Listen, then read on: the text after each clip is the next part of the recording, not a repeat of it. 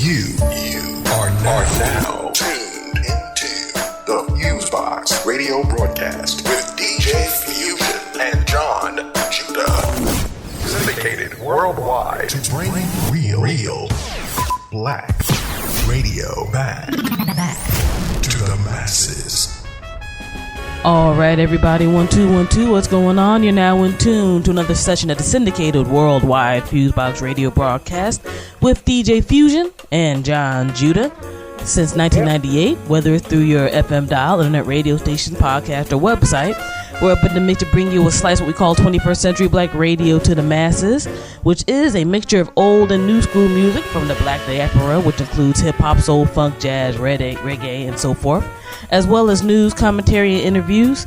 On the news and commentary and mix-ins, you got myself, DJ Fusion, and on the side, you got my bro, Jon Judah. What's going on there, Judah?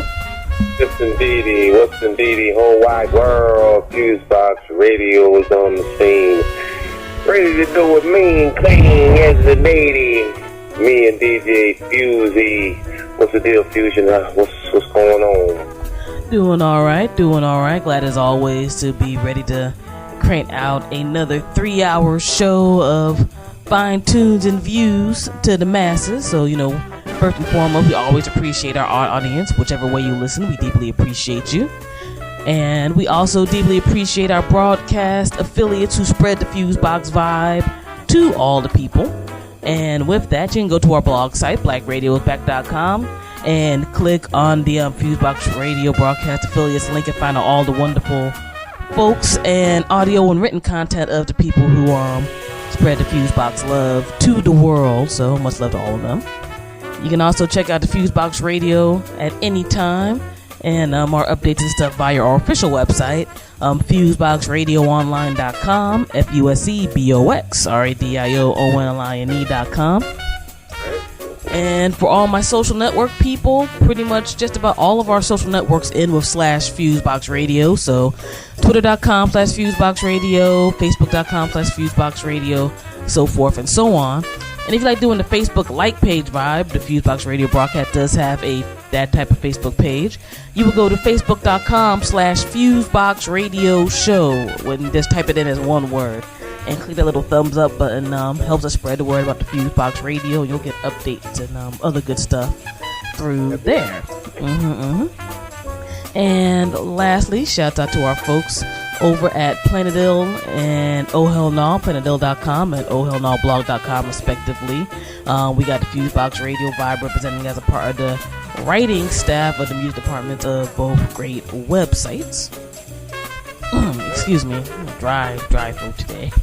And besides that, I'm on the promo spiel in.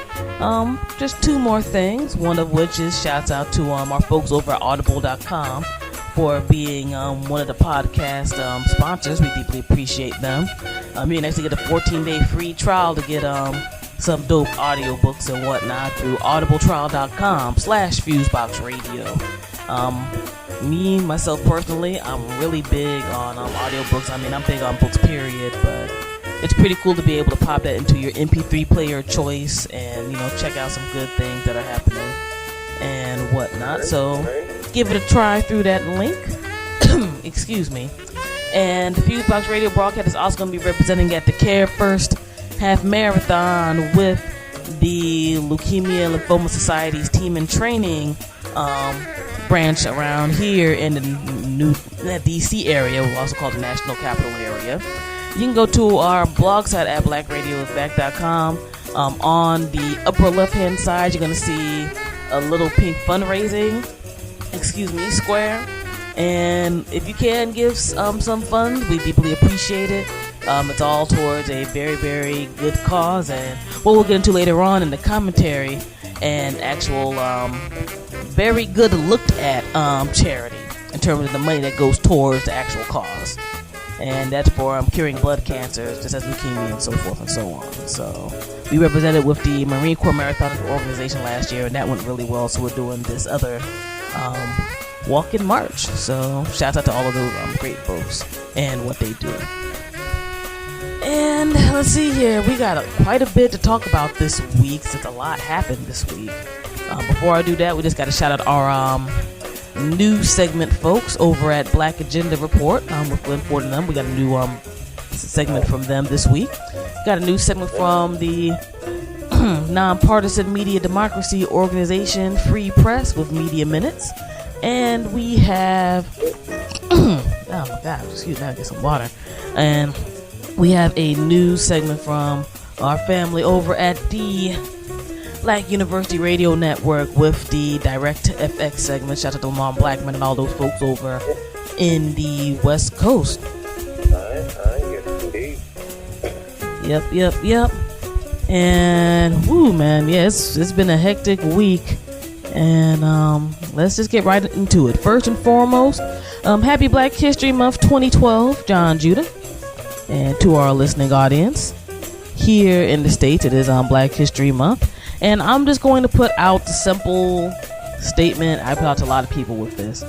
If American history was able to be fully covered in a wonderful way and represent all of its peoples, maybe we would not need Black History Month, but obviously that ain't happening. That's right. And while I am one of those people who believe that Black history happens every day and should be getting props every day, I don't see why not to be loud about it during February. A lot of people made a lot of sacrifices and passed away for the month to even occur, much less just the aspects of Black history here in the States and beyond, period. So for me, I'm going to be that jerk who's going to be loud about it on the 29 days during the leap year. Whatever. People had to deal with it as far as I'm concerned. And as a student of history, that was my big major concentration in college and whatnot. It takes a lot to get to the point where you can even touch base on certain points of history, whether you're studying it yourself or you're going through an academic curriculum. I'm talking about basic, here's how the country was founded history, much less, the different histories of all the peoples who came here, forced migration and other kinds of migration. And for people who listened to the show about a week or two ago from us talking about how people trying to warp the basic history books for kids, like Tennessee Tea Party trying to talk about the founding fathers weren't down for slavery, it's like, as the web parlance would be like WTF. So there's something about Black people in success that heads don't like. So, and I also don't think being quiet about Black History Month is going to make anything better. And in the realm of history itself, Black people never progress by being quiet, especially in the United States. So why am I supposed to be quiet about Black History Month? And Black history in general, and current things that are dope that are happening for Black folks. That's just ridiculous. So for me, happy Black History Month 2012. Y'all gonna be hearing about it, so oh well. Props to everybody on that end. No doubt. And hopefully people get to learn certain things, because I was a person on that side that didn't know certain things about history and religion, metaphysics, and some of those things that were rooted and based in Black and Black people and Black experience. So when I did learn, then it was like, I said, oh, okay, so I've seen both sides of it. Even though I was taught a lot of that stuff at home, but I remember the time, when I was young, I was just like, what is this? When stuff seemed negative, something seemed negative, but until, it was nurtured from around and I found out on my own, and that's when I realized that something beautiful about. No doubt. No doubt. And excuse me, speaking of Black history, we got some real sad news this past week. A man who made a major impact in terms of the world of Black music, especially in the mainstream, passed away. The creator of the TV Soul and business entity Soul Train, Don Cornelius. No doubt. And for those who may not be familiar with Soul Train, personally, I think I came in around the last, in terms of my mainstream memory of it, around the 80s to 90s before they had that transition when Don Cornelius wasn't hosting anymore. I think that was around the mid 90s he stopped hosting. All right. And for people who talk about, I was on MTV Jams or BET's 106 and Park and God knows what else, if there wasn't the success of Soul Train, I doubt those shows would be happening the way they are. No doubt.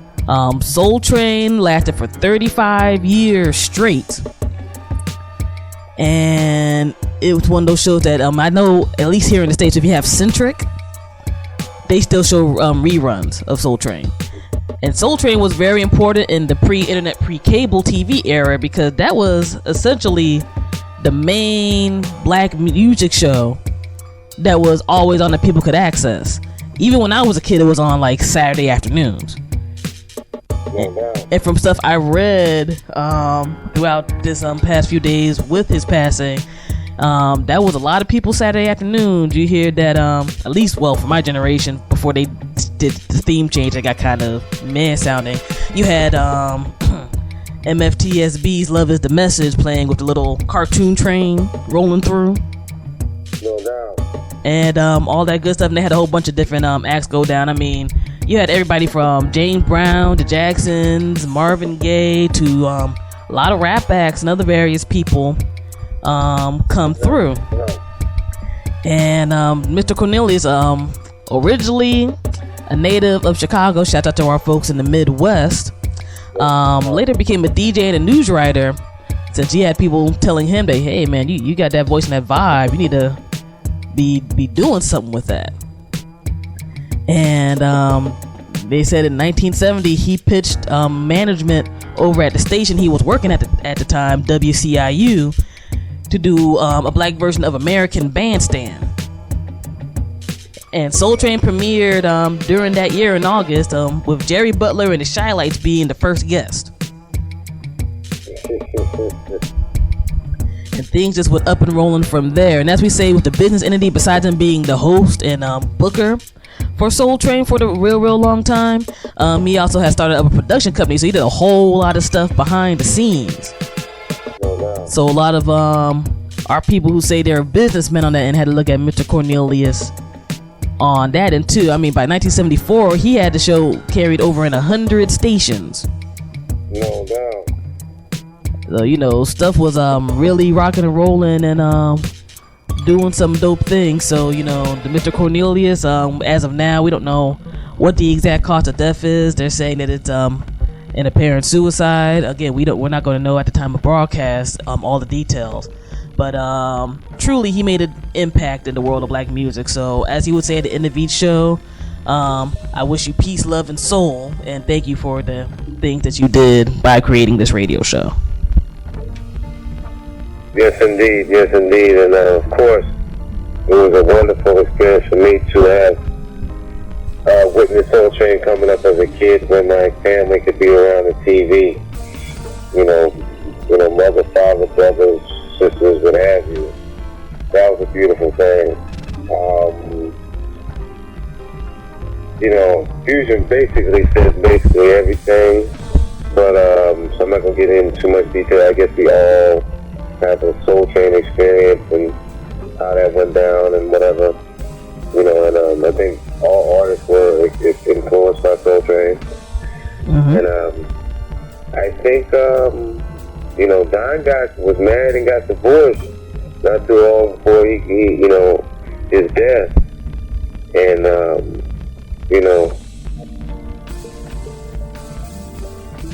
it's all for there's a lot of people out here who ain't, well, let me not even get into that. God bless Dad and all the people who like that show. Alright? No doubt. And for all my people who get some decent access to the web, just go to YouTube and just search for Soul Train clips. There are so many of them joints, and like I said, so many acts came through there. It's a music history lesson, live and in full effect. They even got some of the black and white radio clips, black and white TV clips on there. No doubt. And for people who might be like, well, the only thing I heard about this dude was the Soul Train, music awards and all of that. See why there's even a Soul Train Music Award by just doing that type of search and just click and watch for a minute. That joint was the real deal. So shout out to all them folks. Anybody that's Soul Train line, that's of course from Soul Train. And all of that good stuff whenever you had a reunion or party or all that good stuff. So R.I.P. to Mr. Don Cornelius. Also another music person of importance passed away who was a bit more behind the scenes, but he did a whole lot. Arranger and keyboardist Claire Fisher. He was a composer, arranger, conductor, and keyboardist who did a lot of stuff in the jazz, R&B, and pop music world for over 60 years. And a lot of things he did was he worked with a lot of famous people. Worked with Art Blakely and the Jazz Messengers. Okay. He worked with Carl Tazer, and he excuse me, also did a lot of arrangements and things for folks like Dizzy Gillespie with A Portrait of Duke Ellington. He worked with a popular jazz vocal group called the Hi-Lows in the 1950s, and he even ended up doing work with folks like Paul McCartney, Michael Jackson, Celine Dion, and when I was reading up some information on him, Prince. He actually wrote and arranged all the orchestrations for Prince's 1986 film Under the Cherry Moon. Really? He did some arrangements for Prince's Parade album. And whatnot. So this is one of those dudes when you maybe if you're one of those folks who likes to read through like all the album notes and stuff for a CD, it's one of those guys you might necessarily, if you're not that type of person, not necessarily know about. But he has a very, very colorful history, and people can check out more info on him via the web as well. And yeah, he did some dope stuff. So R.I.P. to him. And whatnot. You also go to clarefisher.com and check out his extensive discography. I mean, to a degree, I don't want to be like a diss or anything, but he's almost like that dude who was worked hard but was at the right place, right time, all the time, putting in work, like almost like a music Forrest Gump, as it were. Like he was always in the mix, but he literally was always in the mix. So big up to him on that. And now moving on through the news cycle this past week. It's been kind of a crazy week. Let's get right into some of the loony stuff, because it's just all pretty loony. Have you seen this video, Jon Judah, out of Atlanta from the New Birth Missionary Baptist Church of Eddie Long being crowned a king by some white Jewish dude? No. Ah, man, that joint made my head hurt during a lunch break earlier this week. Now, for those who may not be familiar with Bishop Eddie Long, we haven't talked about him for a while on the show, actually, since those sexual misconduct allegations with young men, which ended up being settled.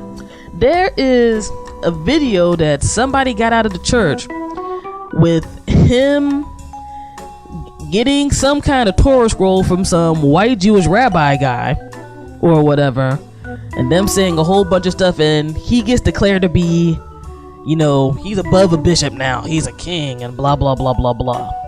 And I'm the type where I'm like, there's so much wrong with that, not as a religious scholar, but there's just so much wrong with that religiously, much less on other levels. No doubt. It's a hot mess. For one, I'm like, if you're a Christian, why do you need to have a Jewish guy crown you a king? Secondly, what gives that Jewish guy the right to crown you a king? And thirdly, that ain't the way to be, rocking and rolling with some Torah scrolls, and they got this fool being carried on this big old leather chair with for all of our listeners who follow Judaism, I'm sorry if I don't know the technical term for it right now, but it's like one of those prayer shawl type deals around his neck and whatnot, holding these Torah scrolls and being like lifted up in the air. Now that's some devilish-ish if you ask me. Yeah, that ain't right. That's not right at all. And the web, the black web, and a lot of the web who represent certain parts of Judaism were really upset at this, and I think for good reason. I think for good reason. I mean, even if you're not the most, quote unquote religious or spiritual person in the world, this looks like foolery. And I don't like foolery trying to disguise whatever other mess you are doing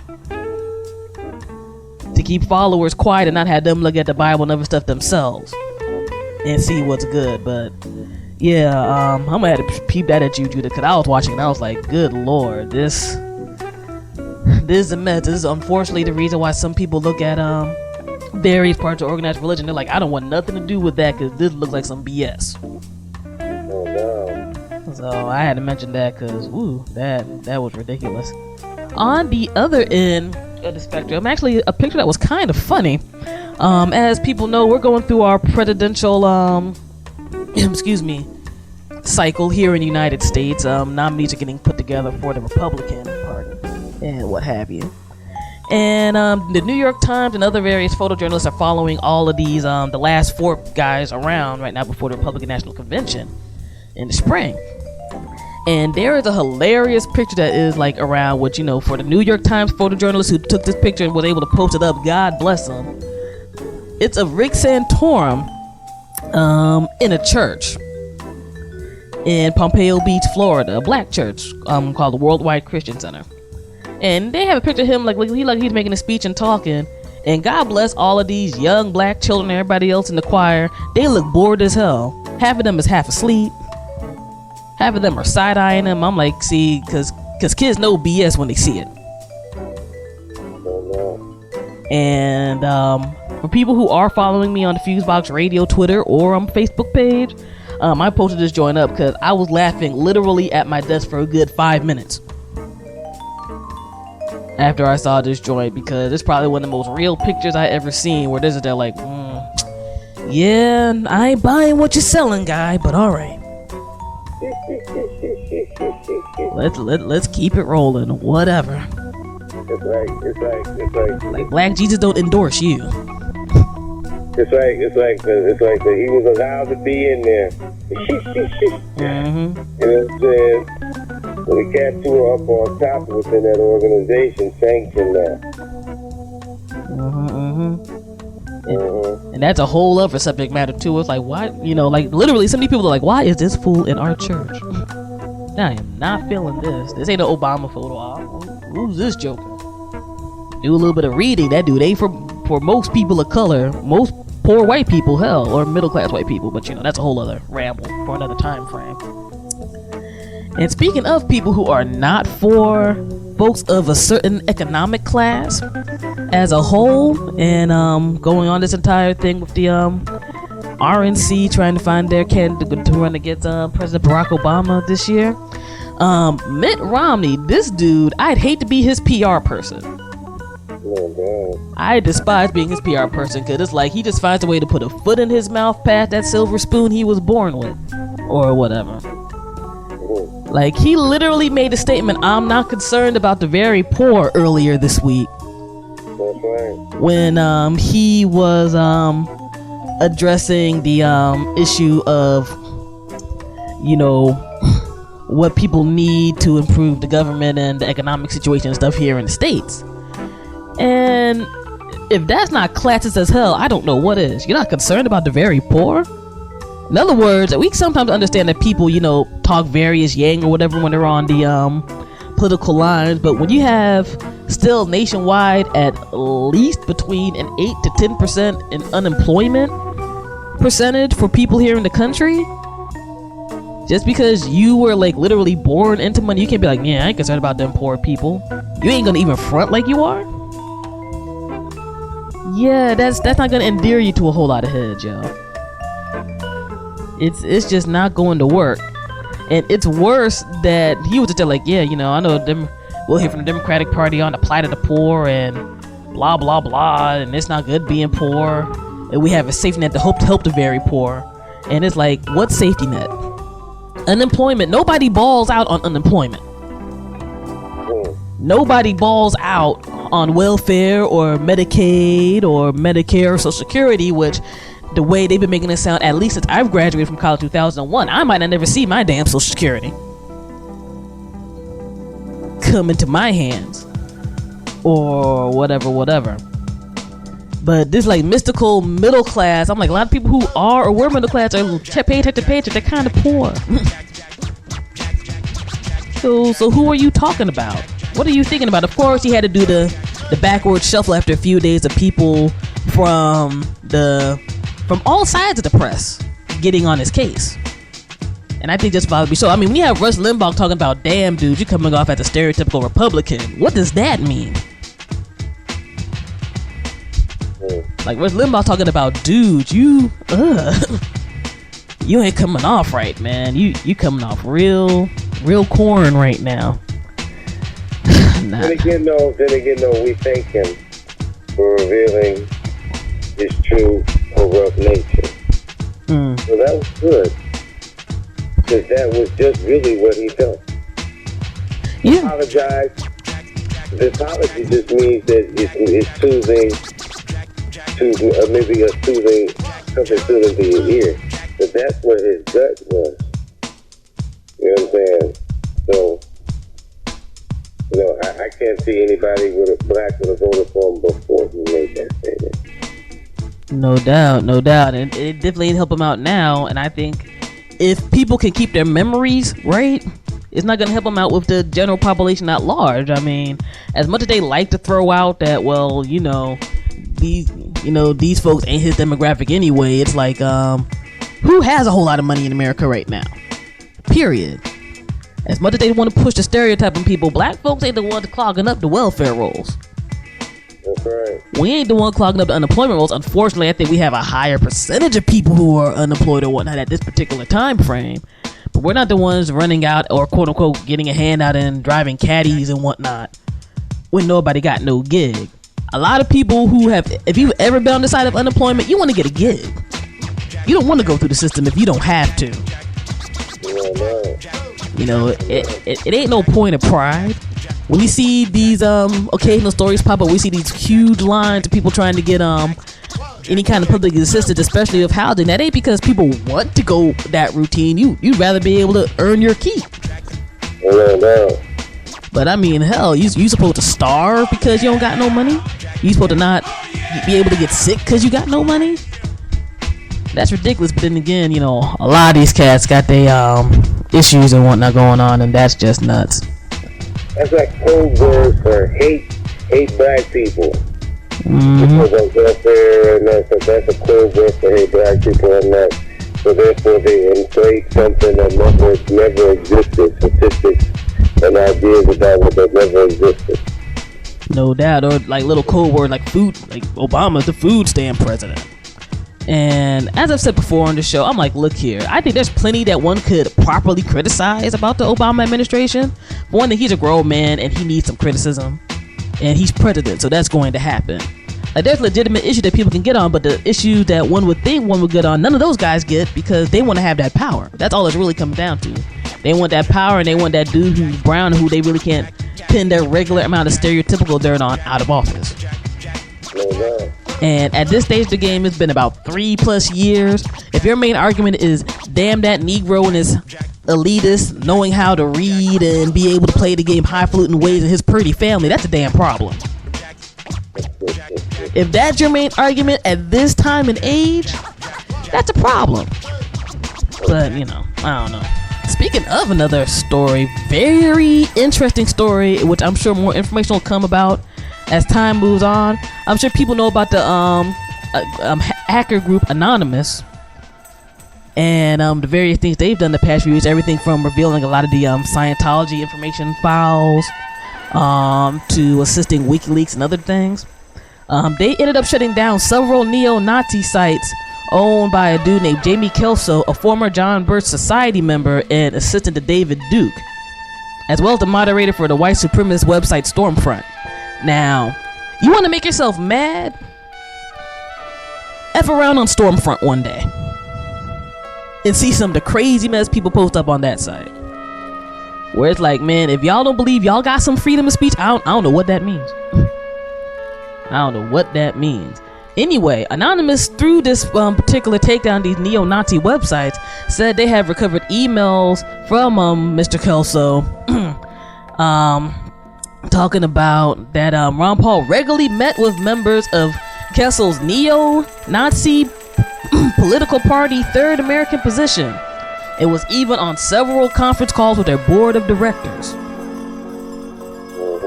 Now, Ron Paul has already been having a history that keeps coming when he runs about his old newsletters having racially charged talk and anti-feminist talk and other things. And I'm sure if this stuff does come out, it's gonna be bad for Ron Paul. No. It's gonna be very, very bad, and I'm curious to see how this goes down. Cause Anonymous, however you feel about those cats don't play. If they got documentation, they feel like putting it out, it's going to come out. No. So yeah, we're gonna have to definitely sit back and stay tuned and see what's what. News One has some segments they say came from these emails, and yeah, it's interesting, man. It's some interesting stuff. So more to think about when these folks are on these political trails. I'm not saying you got to be Democrat or Republican, but I think you need to be smart about who the hell you're trying to back up, and that's just how it goes. All right. And lastly, on the political end, a lot of political news this particular week. Funny how the beginning of Black History Month, so much stuff directly and indirectly that affects black folks in the news. Some people might have been hearing about the huge controversy that happened when the Susan G. Komen Foundation, which a lot of people know for their nonprofit organizational work with breast cancer awareness and trying to find a cure. They ended up having part of their staff getting taken over by what they call quote unquote, and I say quote unquote, conservatives over here. A lot of the extremes of the Republican Party. And they tried to take away a grant that was given to Planned Parenthood specifically for breast cancer screenings and mammograms. The proverbial ish hit the fan. They had to give the money back due to the horribly bad PR that went down. Now, I'm gonna put it like this. People can believe whatever they want about abortion. I think it's a very private matter. So whether it's, a spiritual thing or whatever else, if you believe all of that, but the vast majority of what Planned Parenthood provides with their clinics is like regular basic health care, including for people who've had kids and whatnot. Especially when you don't got no money, you're in like a low to middle income place.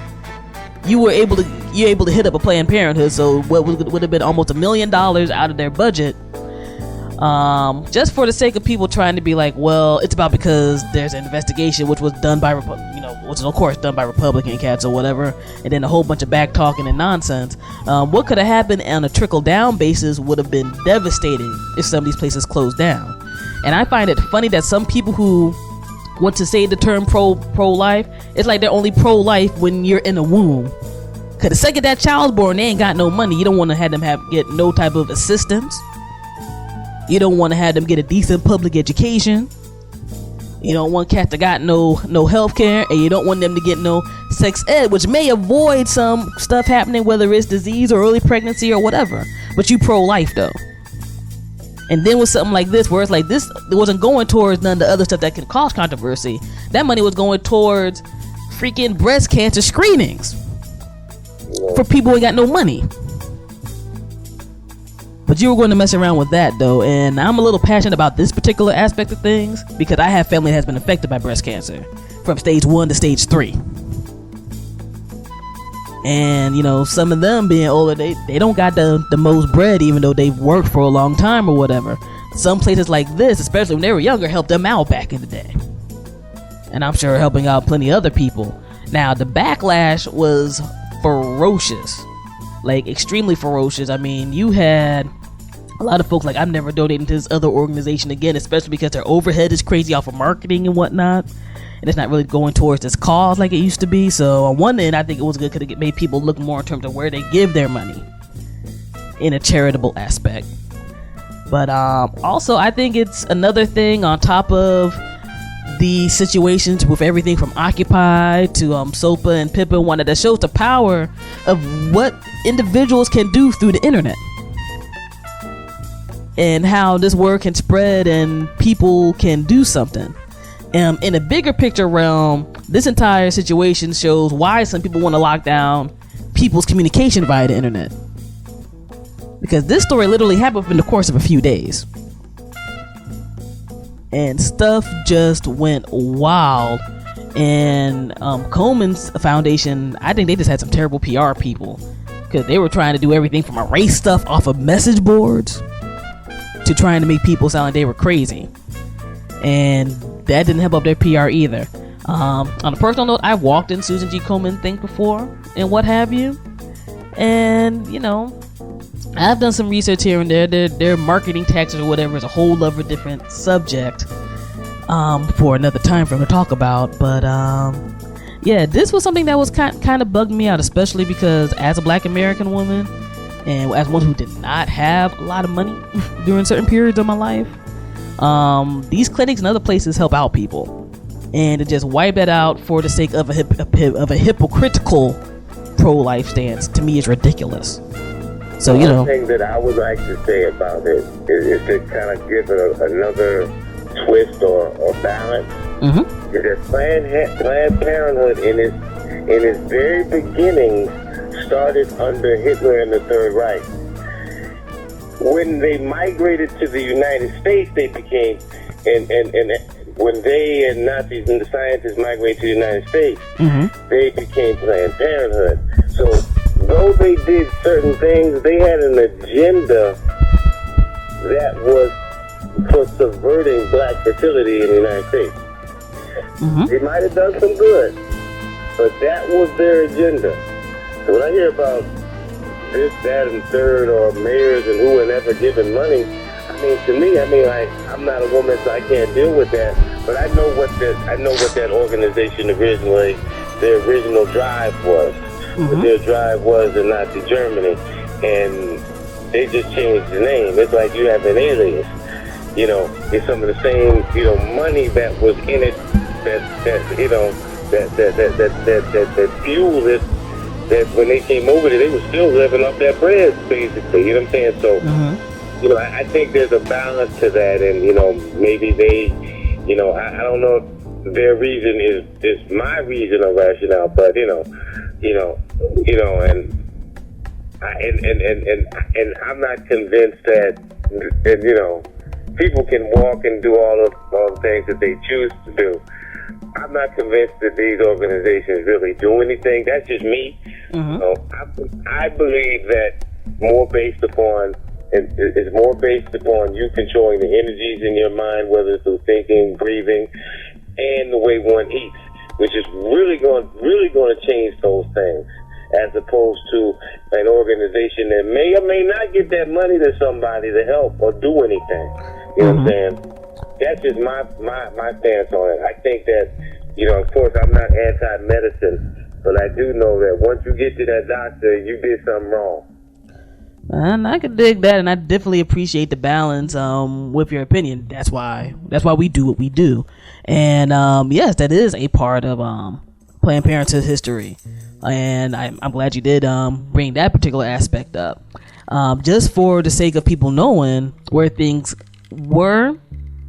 And on a personal note, majority wise, I mean, like I said, there's certain things I think we all had the right to believe in our own realm, and where that started from and where it evolved to now. I mean, they came up during that eugenicist era, you know, let's keep it 100 or whatever. And there were some not so wonderful beliefs in terms of why some heads in that organization at the time pushed birth control. And a lot of that was towards women of color and those who did not have funds as well. And those who, I'm trying to think of the PC term right now. I can't think of the term right now. Those who might not be full of their mental capacities, I'll say, or whatever. And for that sake, yes, I think there's a good reason why some may want to be like, just because of that history, they don't want to deal. But also on the other end, I think that particular aspect of their business is extremely small compared to other stuff that they do. And you know, just for me personally, I just look at it in the realm of, well, if you ain't got shit else, no place to go, ooh, well, there goes the edit. If you got no place to go when you got no bread for basic female checkers, like for getting a physical or for getting your other stuff, to cut out that resource for some places means you got no place to go. So for an agenda where we all have political belief systems and whatnot, and Susan G. Komen can perfectly have their political beliefs, but to not put that out on Front Street and to risk a lot of people's situations, it's just bugged out to me. So I think that was definitely an interesting story, and I just wanted to touch base and mention that. And shout out to everybody who's shout off a whole bunch of stuff to me about this besides my own reading. Just some interesting stuff. And in the day, I think it was a people power thing where more and more people are leveraging this net, I think, in ways that the original founders of the internet weren't maybe thinking about. And this is some stuff that people got to keep on their toes with. Nothing ever happens when you're silent. Nothing. Also, if you're a woman that doesn't want to be involved in Planned Parenthood, do not feel ashamed. There's no need, no. Do not feel ashamed of that. You know what I'm saying? That's just, yeah, so I just wanted to throw that in. No doubt. Nobody here is, like, just to make it clear, nobody here is definitely saying that, you know, you got to be all pro, whatever. I like the narrative of how this went. I mean, there's other options in various places, and I know for some places there are no options, but, you know, nobody got to feel bad for not being 100% gung-ho A, B, C, D, or E. One of the funny things about the story I thought was that it wasn't necessarily so much even some people who were pro said organization, they were anti the hypocrisy of the other organization.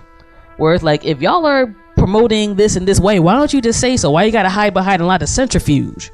And we got a lot of people who, when they get to the point of having a whole lot of money or hiding behind a certain political stance, you know, there's a reason why they're not putting it out there, because they don't necessarily have a good agenda either.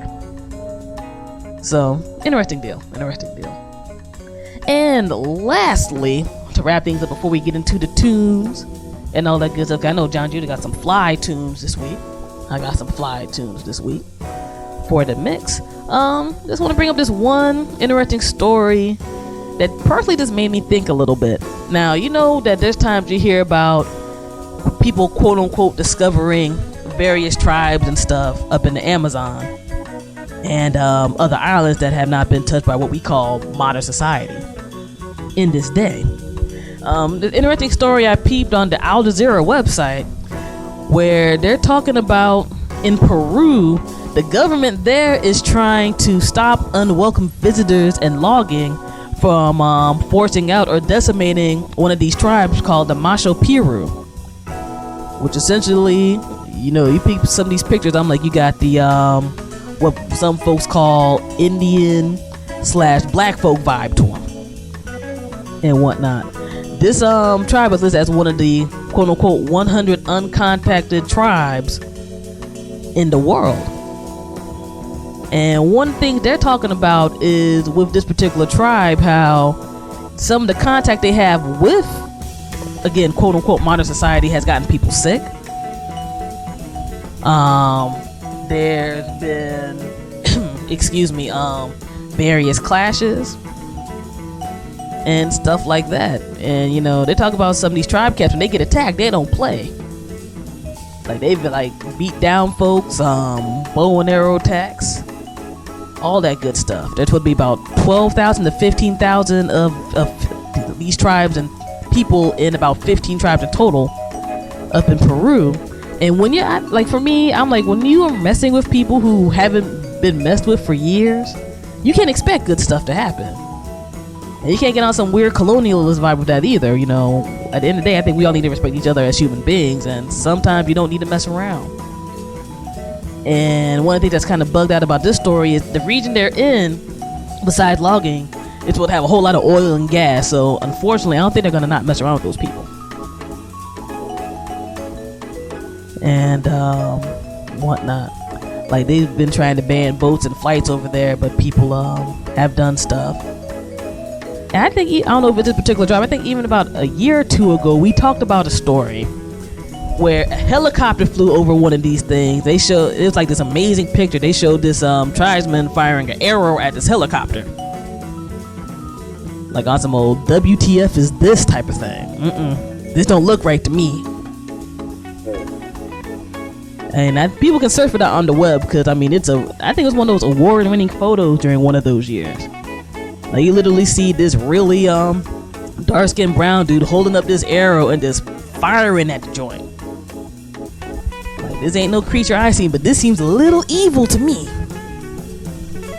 So, you know, I hope those folks get some peace over there, and I can appreciate the Peruvian authorities wanting to maintain that part of their culture on their lands. And yeah, man, that is about it. Like I said, a lot happening on various levels this first week of Black History Month 2012.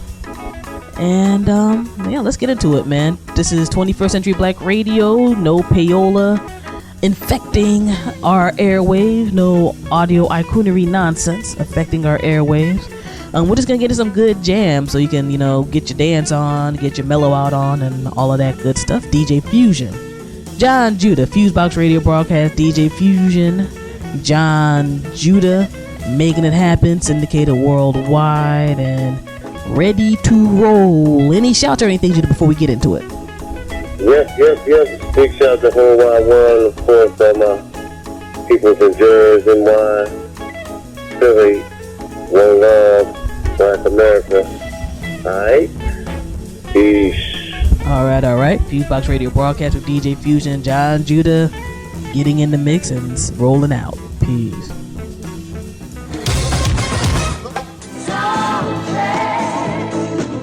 Back with the Godfather James Brown, and James, has been a most exciting experience so far, and I know it's going to get heavier and heavier for the rest of the hour, and I just have to say that just watching you, you're still the baddest out here. Oh, thank you very much. I'm just trying to keep up with the Soul Train dancers. Yeah, Nobody said nothing. How about it for the Soul Train band? James, if you had some advice for young people, what would you tell them? Well, first thing I'd say, get yourself together. Because before you can get anything else together, you got to get me, yourself. Hey, that's very short, but it's very direct and right to the point. I don't want to take up a lot of time because I think they want to get into hell, which is the next tune we'll be getting to. We were talking earlier about some of the violent things that have been happening in our communities, and I'm sure you've been exposed to some of it because you seem to always play for black audiences. You have any observations? Well, I do. The things I observed and the things that I think can be most helpful is the fact that we've got to get away from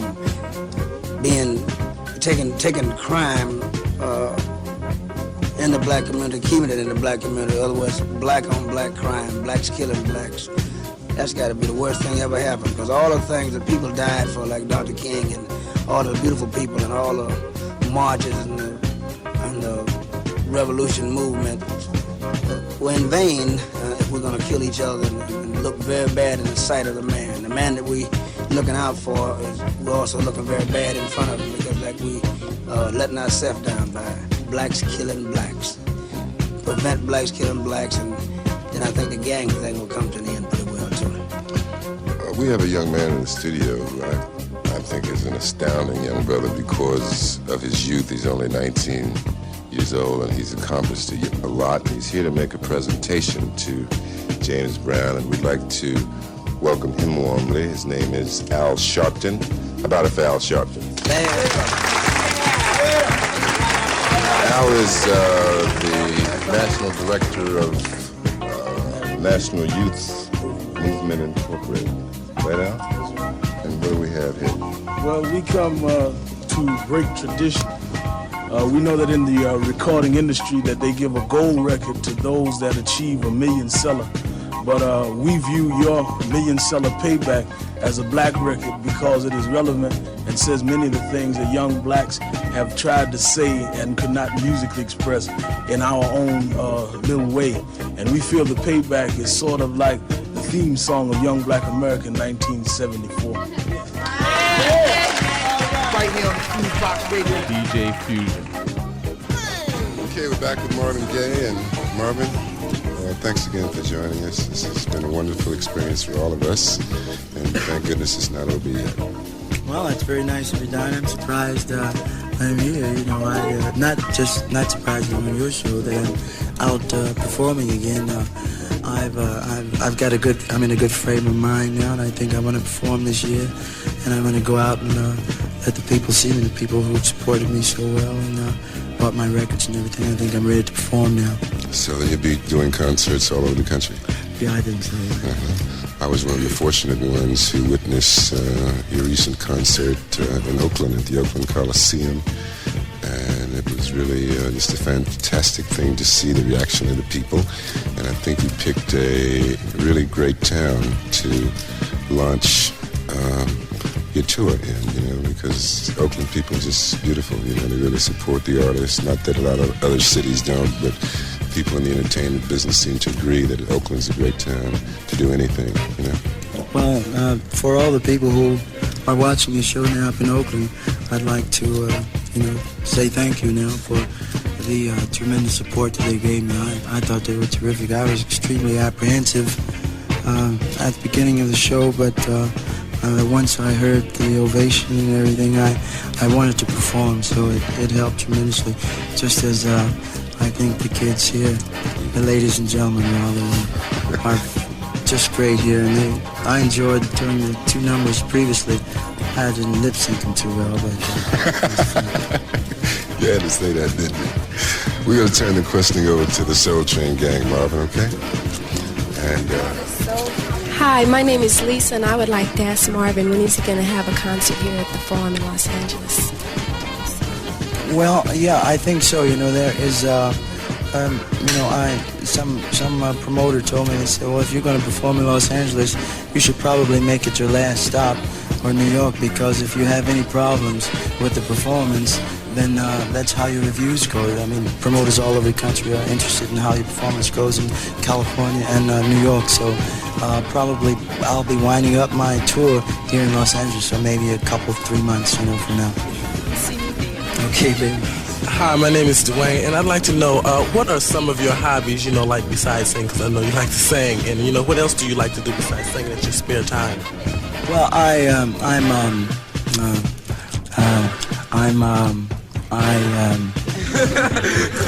I'm kind of sensual, and I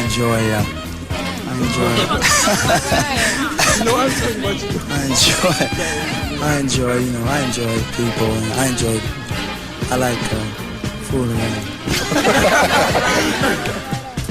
My name is Fawn Keonis, and I like to ask you, how come you was away from the stage so long? Well, I never, I had an unfortunate incident. I know if some of you are old enough to have, Tammy and I recorded together years ago, and when we lost her, it affected me really quite psychologically, and I really didn't care to perform after that, so that was the reason. Hi, my name is Vicky, and I would like to know whose idea was it for you and Diana Ross to get together and record an album? It was Berry Gordy's idea. Got time for one more here. My name is James Phillips, and I'd like to know, are you and Diana Ross going to make another album soon? I love Diana Ross. I mean, she's a beautiful person. She's really a beautiful human being, and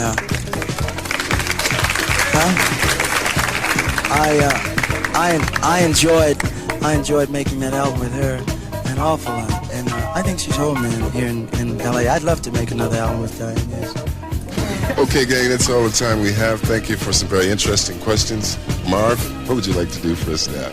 Crack up, Doc. I'd like to do Let's Get It On. All right. So what do you hope to accomplish with this then, the Soul Train Awards? What's your goal when you put on a show like this? The goal is very simple, and that is to have a celebration that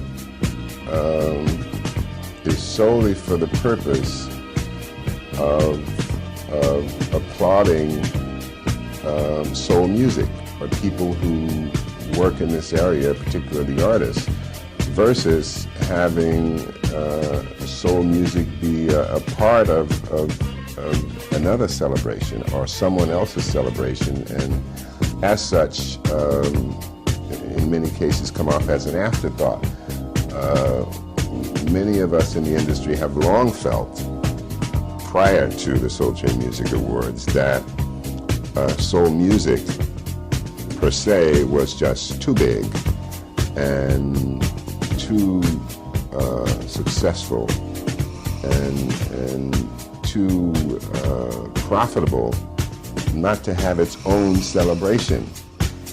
And that's what our goal was when we started the Soul Train Music Awards in 1987, and the goal remains the same. And it's very simple. We just think that soul music is big enough that it doesn't have to be part of someone else's celebration, whereby many of the important awards don't even get on television.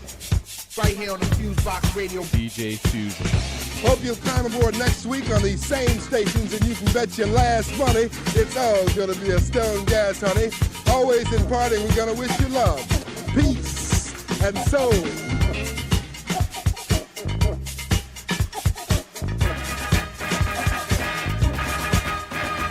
You are now listening to FuseBox Radio.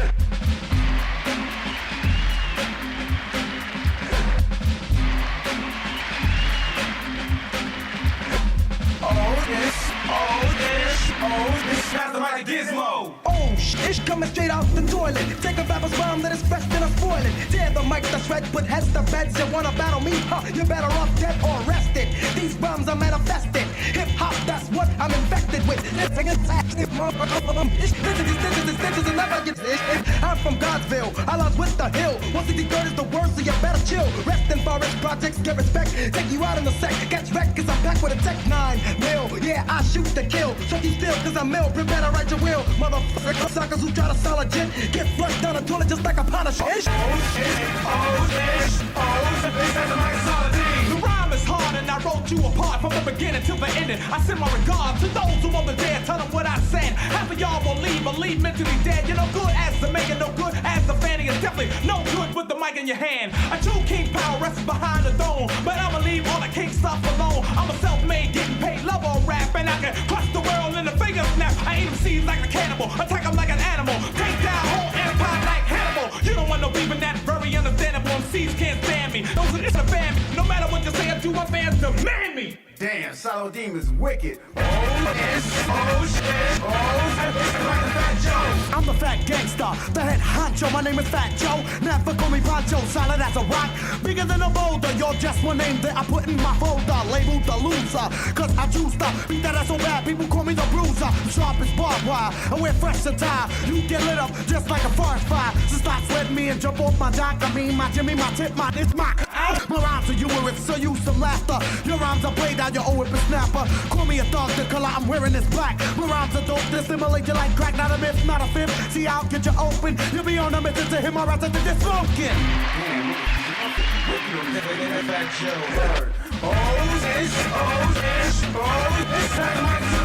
Swift dialect, so select the selection previous custom practice. Yeah, this is perfection. Think that my last jam pertaining to skill, well, that was simply just a fraction of me. Seville, doing what I'm doing till it's finally done. Just to hit number one, demolish rappers for fun. To engage his execution, so don't engage those deadly from page. MC's been slayed, pushing back some power plug will be up prevail. You got yourself into this, so stop biting your nail. Heard a previous performance or practice tapes, and we were whacking. You could take it, now you try to escape.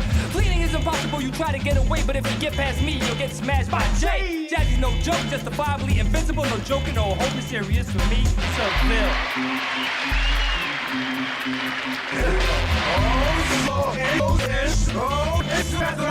Now my part with excellent.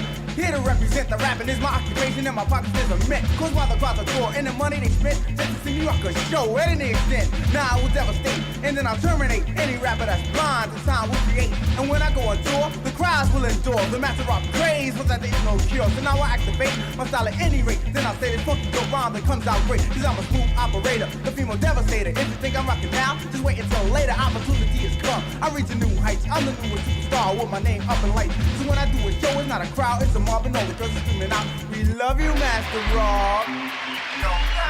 Thank you. Hey, yo, what the fuck? I'm here by myself? Oh, shit. Standing here looking at me with his big ass little lips and shit. You know what I'm saying? Word up. We got you. We know what you, you know what I'm saying? Oh, ish. Oh, you know something? Oh, you know something? Smells like Pennsylvania, you know what I'm saying? I don't give a fuck. We ain't worried about this getting on the radio, you know what I'm saying? It's like the other jam. But that shit on freestyle. We ain't worried about this shit getting on the radio. But this shit's gonna be stupid underground hit. Oh, it's my man Saladin. Peace to my man Seville. Peace to my man Gizmo. And peace to my man Fat Joe. You know what I'm saying? And Diamond D cut this shit up. And here we go. Hey, this is DJ Logic. You're now listening to the FuseBox, bringing the best of hip-hop and soul music. Yes. News and commentary from all over. Transmitting live from the planet of Brooklyn. Rockin' with that break science. Rockin' with that break science. Break science.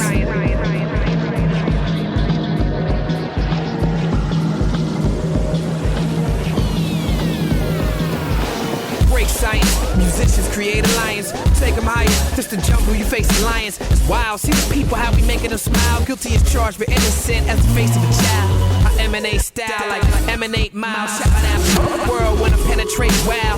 Coming from the blocks where we step on the cracked valves. Still on the rust, some dying like Kevin Loud. Break science, keep it healthy, we take iron. They said they could do what we do, but they was lying till it fibs. Let me show you what irrelevant is. I really don't give a fuck like a celibate chick. Could care less if you fell off a cliff or went to jail for a football number. That's a hell of a bid, you dig?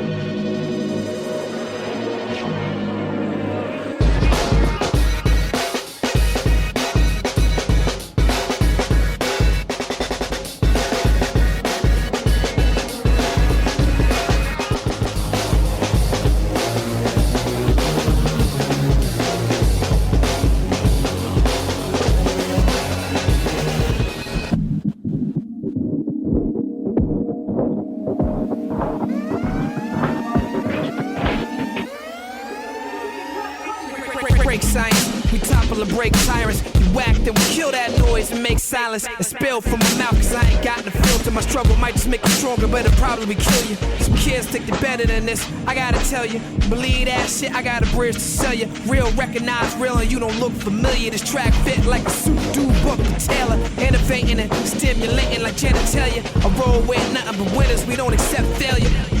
No, we don't accept failure. No, we don't accept failure.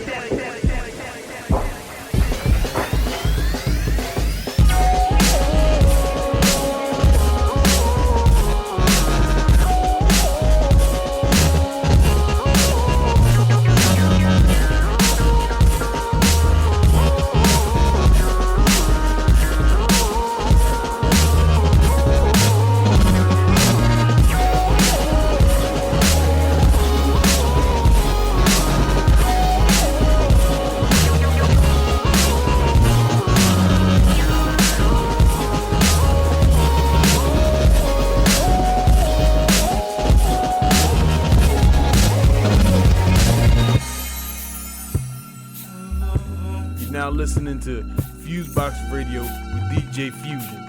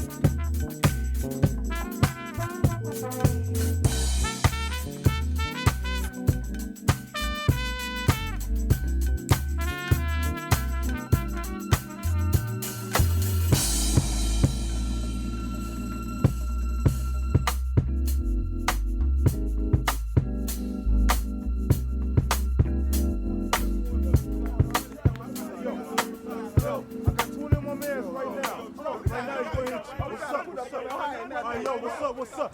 Yo, 50 of my mans right now. Yo, put your money back in my man. I'll let you talk and say what you want. All right, 50 of my mans right now. I got it in my man's hands right now. Yo, I got it in my man's hands right out. Right out. Yo, shake them dice up, son. Shake them dice up, baby. Shake them dice up, baby. Shake them dice up, baby. Let it run, boy. Get that money.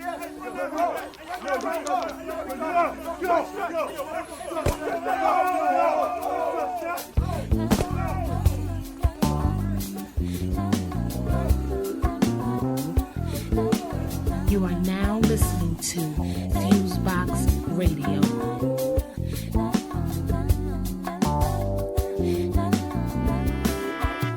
Right now you need it, driving yourself through the hard times. Traffic won't speed up, so you turn the radio on. But it's the same old stuff that just makes you young.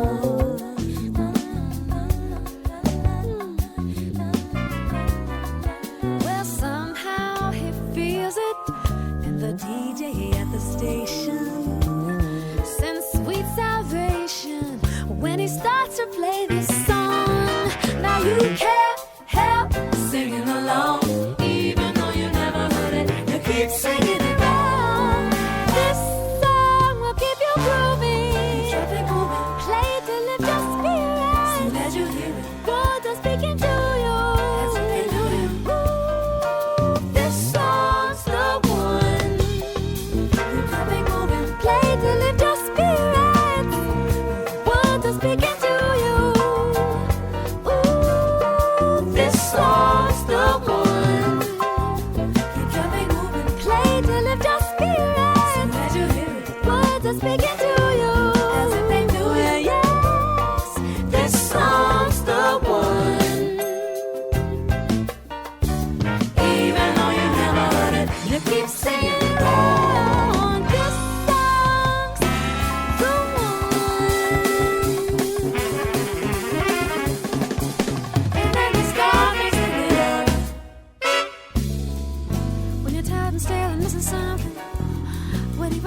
magic to come and make you feel better.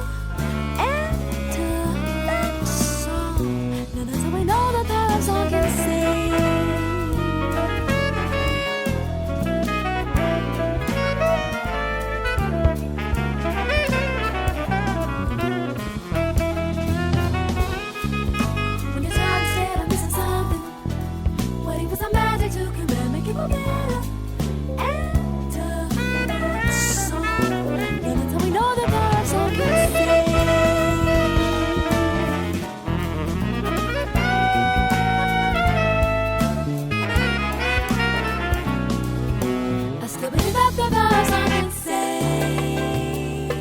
It can surely save the day and keep you grooving. Keep you moving. Play to lift your spirits and the world that's speaking to you. Yes, this song's the one. Keep you moving. Play to lift your spirits and the world that's speaking to you. Yes, this song's the one.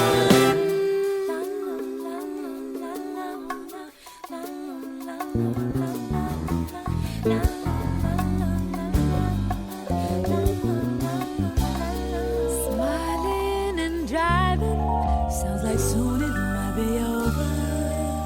So you pull over and start scrambling for a pen. But the numbers comes in again. Paper in hand, you can't help moving while you're listening. Your skin starts bristling. Here comes the part you know, and you can't help singing along, even though you never heard it. You keep singing it wrong. This song will keep you grooving. Play to lift your spirits. The world is speaking to you. This song's the one. Keep traffic moving. Play to lift your spirits. And the world is speaking to you. Ooh, this song's the one. Keep traffic moving. Play to lift your spirits. So glad you're here. The world is speaking to you. As if they knew you. Yes, this song's the one.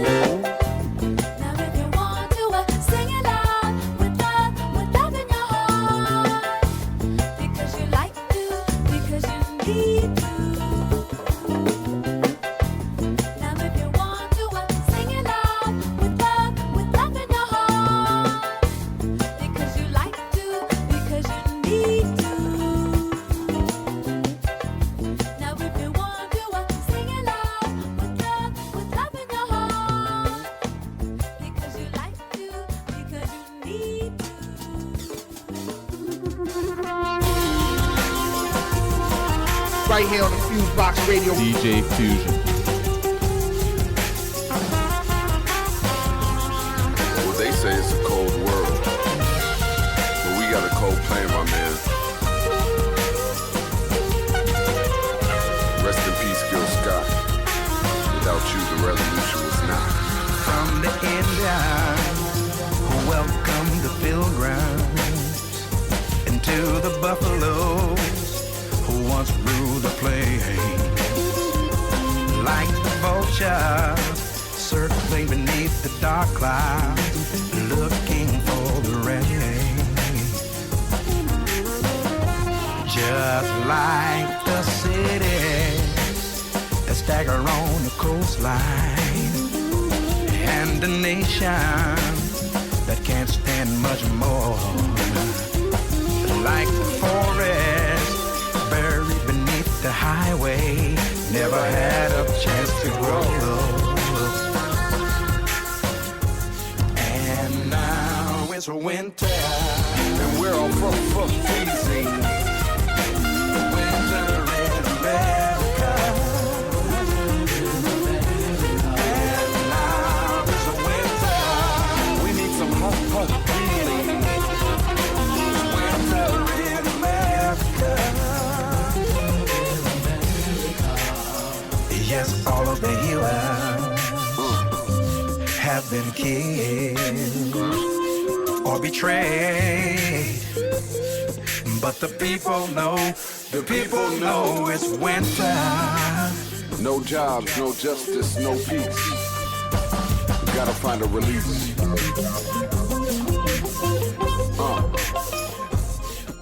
Well, if it were to rain now, would we get a cleansing? No. America is strange. We keep pretending that it's not winter. We aren't sinners. There's no ending. We don't make a mess and we're merely just defending. Let's get to mending. The peace sign vanish in our dreams, so it seems. Then how are we ascending? We must crack the concrete and get organic with the soil. Turn turmoil into graciousness. Compost is waste. Just get real with ourselves. Money won't do it. We gotta deal with ourselves. Try and help a friend, save your soul, go within, show for them an opening, crawling, it's all and we're all uno. I ain't kicking nothing you don't, it's weighing on my mind, something heavy like a sumo. I'm ready and I'm able to turn tables, let's begin to radiate light from our centers. It's winter, and we're all freezing. Winter in America.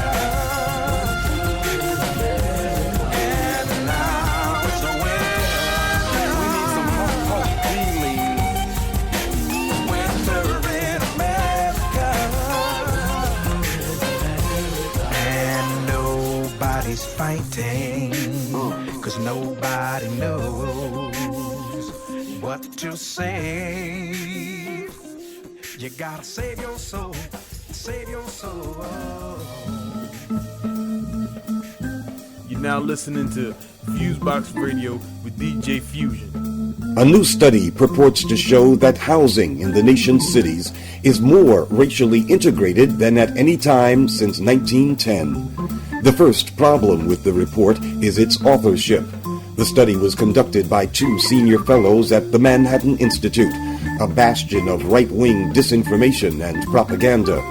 In addition to the Institute's long-standing bias against government measures to oppose institutional racism, the study may well have merely taken a snapshot of a society in flux that may not actually be moving towards an integrated future. First of all, the racial makeup of America has changed a great deal in the last 40 years, with the influx of many millions of Latin Americans and Asians. What was once a mostly black-white divide now includes many cultures, and Hispanics now outnumber African Americans. Whites have always been the architects of segregation in the U.S., either by public and private design or through the hysteria of white flight, which historically has been flight from black people. The Manhattan Institute researchers found that whites are, nowadays, more likely to live in proximity to Hispanics and Asians. Other data show, however, that this is largely because whites are less likely to instantly flee a neighborhood when Hispanics and Asians start moving in. To put it simply, whites, who are the engines of segregation, are less likely to go into full flight mode when Asians and Hispanics start knocking, at least not right away. The Manhattan Institute study found that all white neighborhoods are disappearing, but that is mostly due to the entry of Asians and Hispanics. Black-white integration is much less pronounced. White racism in the U.S. is foundationally anti-black, a fact that is reflected in the new numbers just as in the old data. The study shows that mostly black urban neighborhoods are getting smaller and correctly attributes that to raging gentrification in many cities. But for the black people who are being displaced, gentrification is a coercive process, a force against their will. A change in the racial makeup of a neighborhood through involuntary gentrification can hardly be described as integration. Rather, it is ethnic cleansing, and only looks like integration when a snapshot is taken at a certain stage in the process, before most of the old population has been removed. The report concludes that rapid growth in the Sunbelt states and movement of non-whites to the suburbs has had an integrating effect. But that is a process in motion. Blacks pushed out of northern urban neighborhoods have been heading increasingly to the south, where new neighborhoods built on subprime mortgages are already in a state of decline. No one knows what housing patterns will look like if the housing bubble has been permanently burst. A good guess will be that most homeowners of modest means will retrench, resigned to their new lack of physical mobility, and will struggle to stay put where they are. If the past is any guide to the future, we can then expect a hardening of white attitudes towards residential integration, especially regarding blacks. The Manhattan Institute titled their wishful report "The End of the Segregated Century," another example of white folks seeking to unilaterally declare the problem created by white racism to be over. But snapshots of people in chaotic motion are not dependable predictors of future outcomes. Segregation will not be dead until white supremacy is dead. For Black Agenda Radio, I'm Glenn Ford. On the web, go to blackagendareport.com.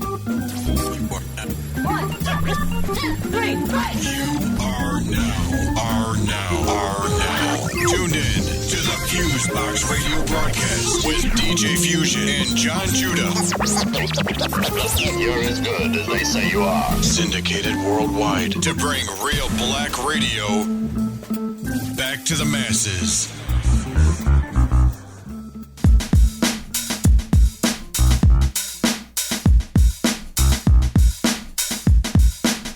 What if you could eat a rat? What if you could feed a track or be a top chef but you ain't need a hat? That's the scenario I'm about to present. Give me a minute and I promise I'ma start to make sense. Would you agree that every time you hear a song you consuming it? Got an appetite? What's the quickest way to ruin it? Consume a bunch of junk, body is conditioned. You full but you ain't had a single ounce of nutrition. Eating the milk can easily compare to turning your radio up to get an earful. Be careful. You gotta make sure that your body got its nourishment. Gotta be keen on what your music is encouraging. And while you checking on the message in your beats, be careful of the essence of your meats. Now would you eat a Amadou Diallo burger, Sean Bell sub? Them animals is murdered in that same cold blood. Real talk.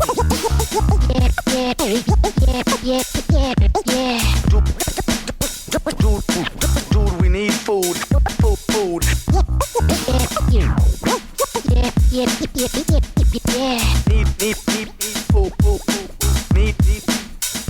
Food. Now some of y'all might be a little bit reluctant to listen to my theory and admit I'm onto something. Maybe you think your diet is a major change to go through, and you ain't beef for hippie foods like bean sprouts and tofu. If you think that modern music is the way it is and people need to do a better job of trying to raise their kids, think about it for a second. How come the major labels mostly putting out the rappers disrespected? How come unhealthy foods are usually the cheapest and way up in the front of the store? I know you peep this. You think of dieting but nothing stops. More than ever fellas got the bubble bellies, women got the muffin tops. And I'm not making fun, I'm simply trying to make a statement. They banking on the fact that we gon' stay complacent. Food and music filled with harmful preservatives. We eat it up like we don't feel we deserve to live. Yeah. Give me some more. Like part of a complete breakfast. More. Where do we go from here? What's the resolution? Why can't we have consumption without having executions? Whether you talking about animals or people, when you consume and murder, then you manifest as evil. It's all about mental conditioning. Most of what we think we really need to lead to some kind of imprisonment. We want it now when it had better be awesome, and we don't really care how it affects us in the long run. Like getting married on a blind date, a fast food society with a microwave mind state. They'll feed us anything they think will fit the need. They trying to get our sons to feed our daughters chicken feed. And they got a pecking order. The ones without no mom and no dad is who they beckon in the slaughter. So watch what you consume in the mood it brought. Cause no matter what, it's all food for thought. Dude, we need food. We need food. More food. You're now listening to FuseBox Radio with DJ Fusion.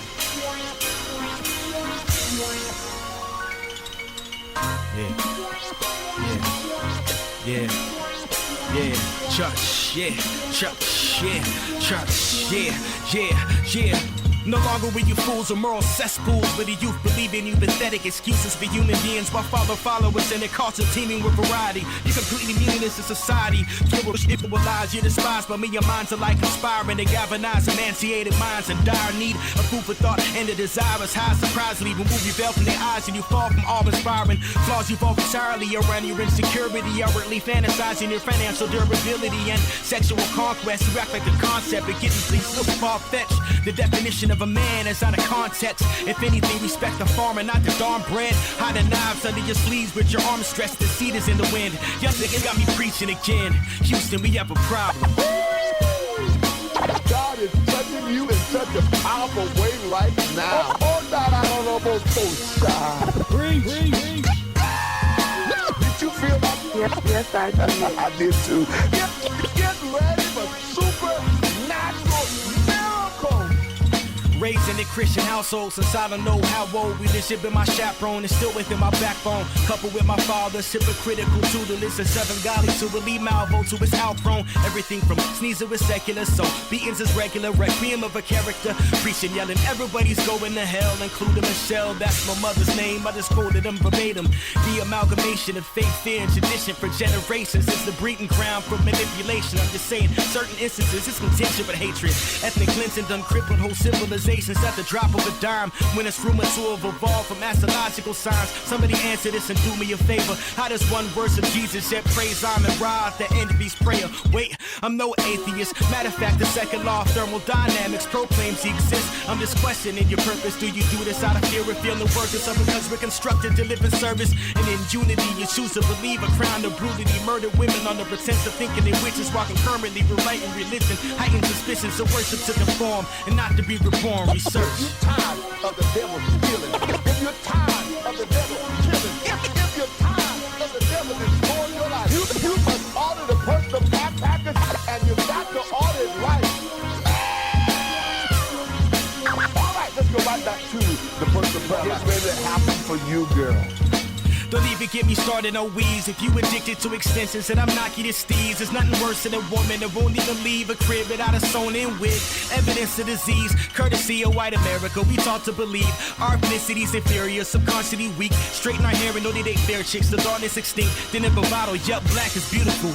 Same crap as usual, traded our slave ships for a fake sense of freedom. Mental slave ship, per diem, we embrace European traits. I.e. Sammy, could you gladly explain why you think bleach is okay? Are you motherfucking insane? Are you serious, man? You went from the Joe Louis of baseball to a skinny-ass Michelin man, or the highest-paid clown. Multiple meanings to the phrase. You think we're ashamed of us when it's the other way around, Tom. You're going through hell right now, and you need to work the middle phase. Oh, that's it right there. Lift those hands before God and tell God thank you. You're just one prayer, just one prayer away from getting your miracle. Take another deep breath and receive it through the peace. Thank you. Thank you, Jesus.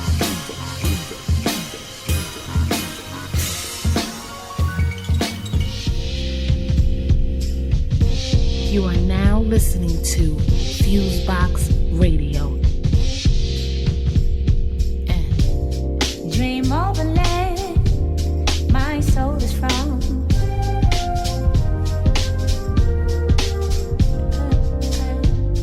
I hear a hand stroke on the drum.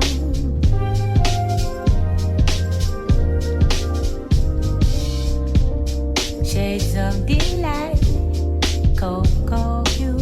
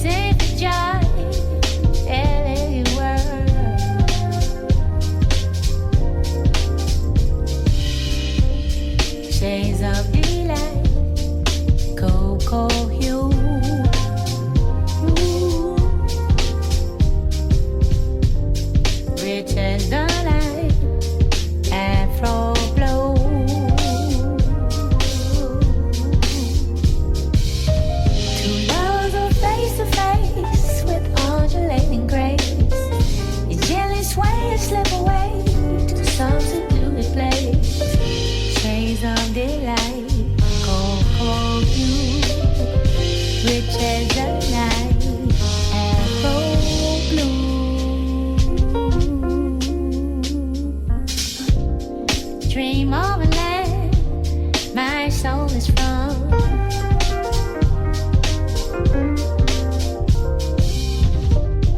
I hear a hand stroke on the drum.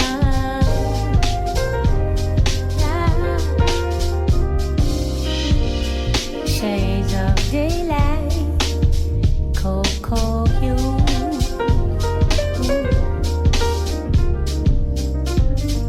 Rich as the night, Afro blue.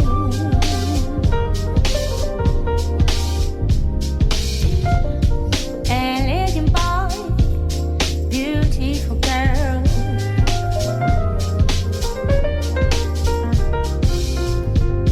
Dancing for joy, elegant world.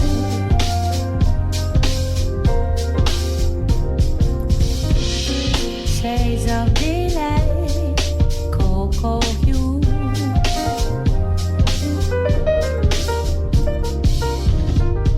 Rich as the night, Afro blue. Two lovers are face to face with undulating grace. Gently sway and slip away to some secluded place. Shades of delight, cocoa hue, rich as the night, Afro blue.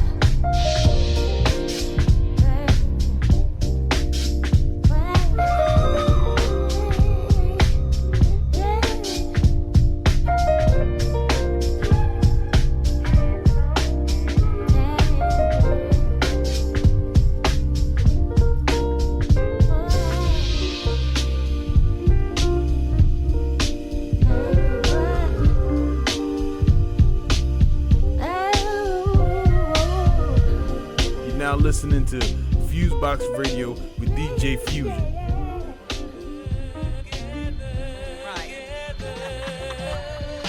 Wait, so what you saying is that you've been waiting on me, so it's only right I make my introduction of sorts, a little something more, so there can't be no more back and forth about who's best, who's next. That right now, I could give a fuck about imaginary crowns, more concerned with rocking crowns, getting pounds and pence.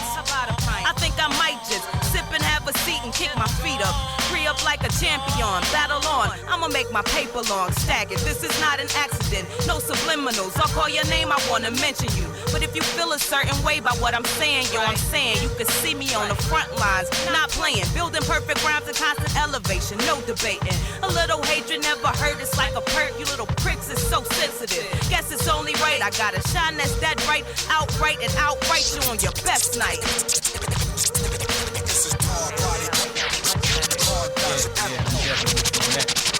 I got a little something to get into real quick though. Yeah.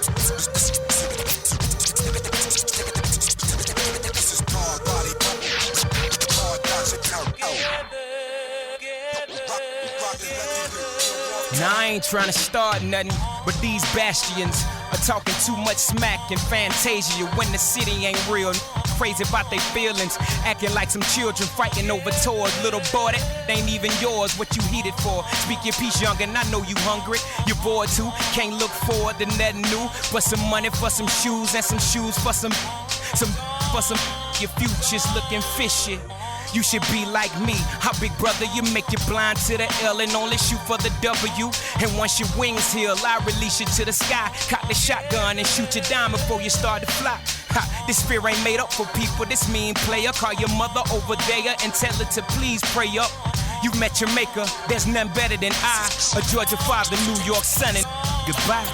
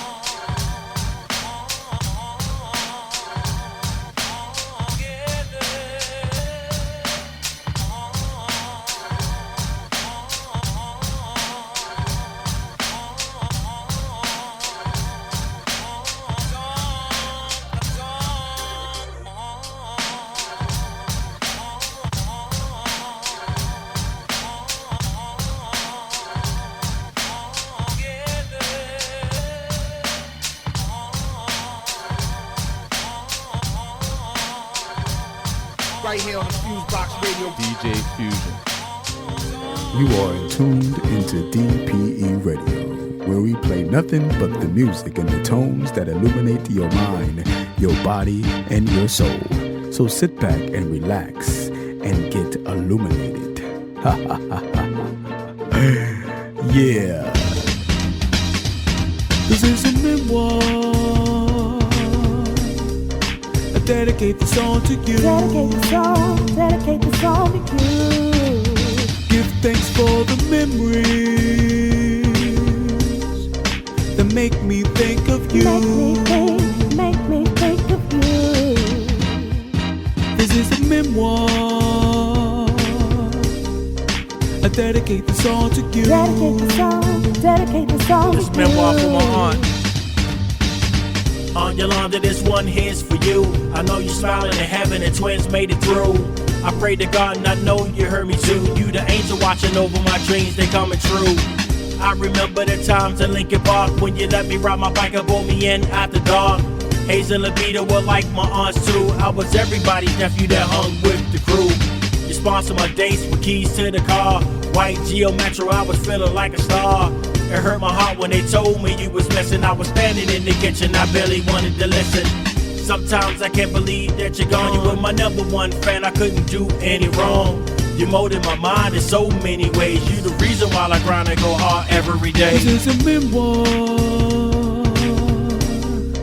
I dedicate the song to you.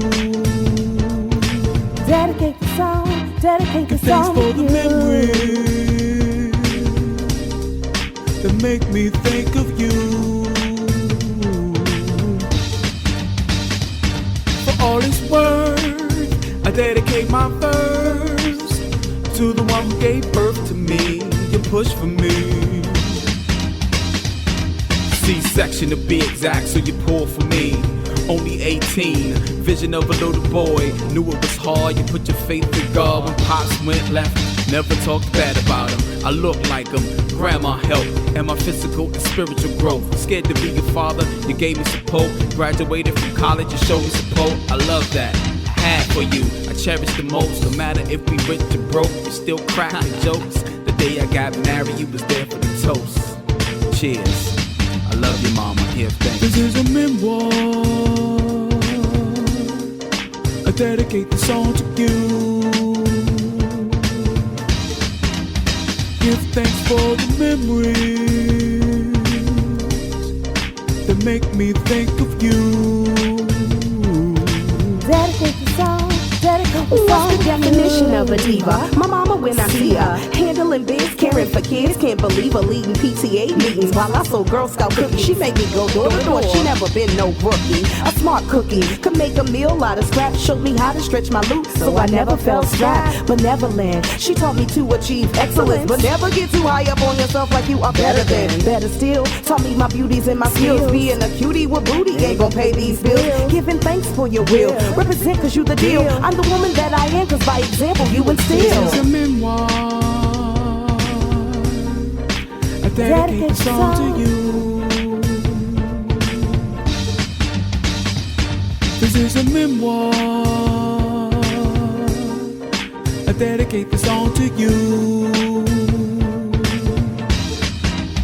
Give thanks for the memories that make me think of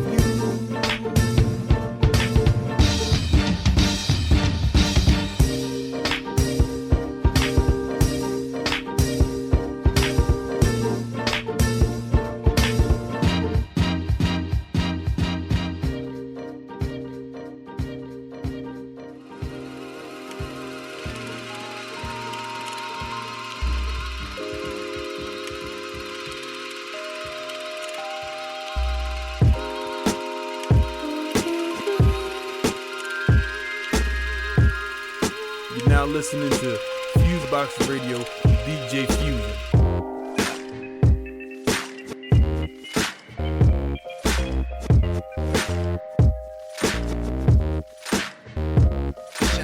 Shine through.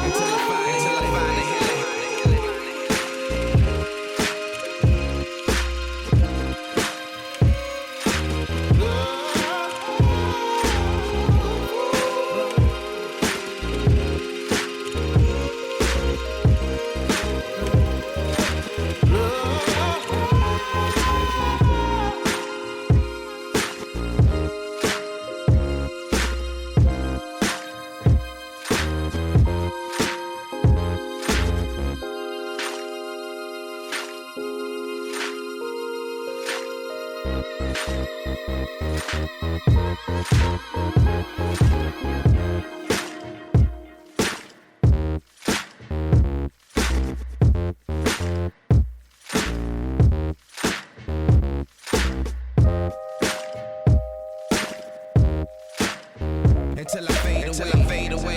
Finding and losing our way. At the same time.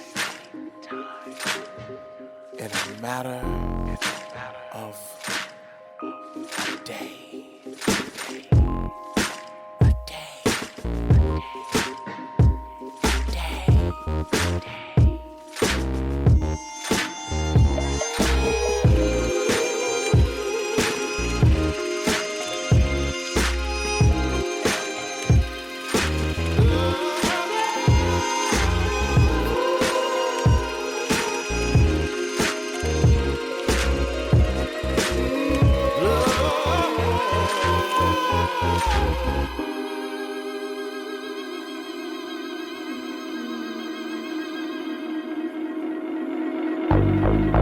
Welcome to Media Minutes. I'm Stevie Converse. And I'm Candace Clement. And I'm Megan Tatey.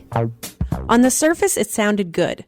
Internet service provider Comcast was to offer a new $10 a month broadband tier called Internet Essentials to low-income households. This wasn't exactly an altruistic move. When approving the company's merger with NBC Universal, the Federal Communications Commission mandated that Comcast offer low-cost internet access to help bridge the digital divide. But 6 months into the program, communities are finding that the barriers to entry are plentiful. Action United is an organization in Philadelphia that works with low and moderate income families. Late last year, the group conducted an informal survey of 100 low-income households and found that none of them had enrolled in Internet Essentials. Those residents who had heard of the program were either ineligible to participate or had difficulty accessing information about it. Ellie Porter-Webb, a parent organizer with Action United, explains. They either had prior Comcast service or because they had a back bill with Comcast or for a host of other reasons. You know, if the tenant in your apartment prior to you had some sort of back bill with Comcast, there'd be a block on the house. You had to go down to the office to get that off, and then it would take 72 hours, you know. So a lot of obstacles found in our communities of folks getting the service. Action United took its findings to Comcast and presented the company with a 9-point plan to make Internet Essentials more accessible.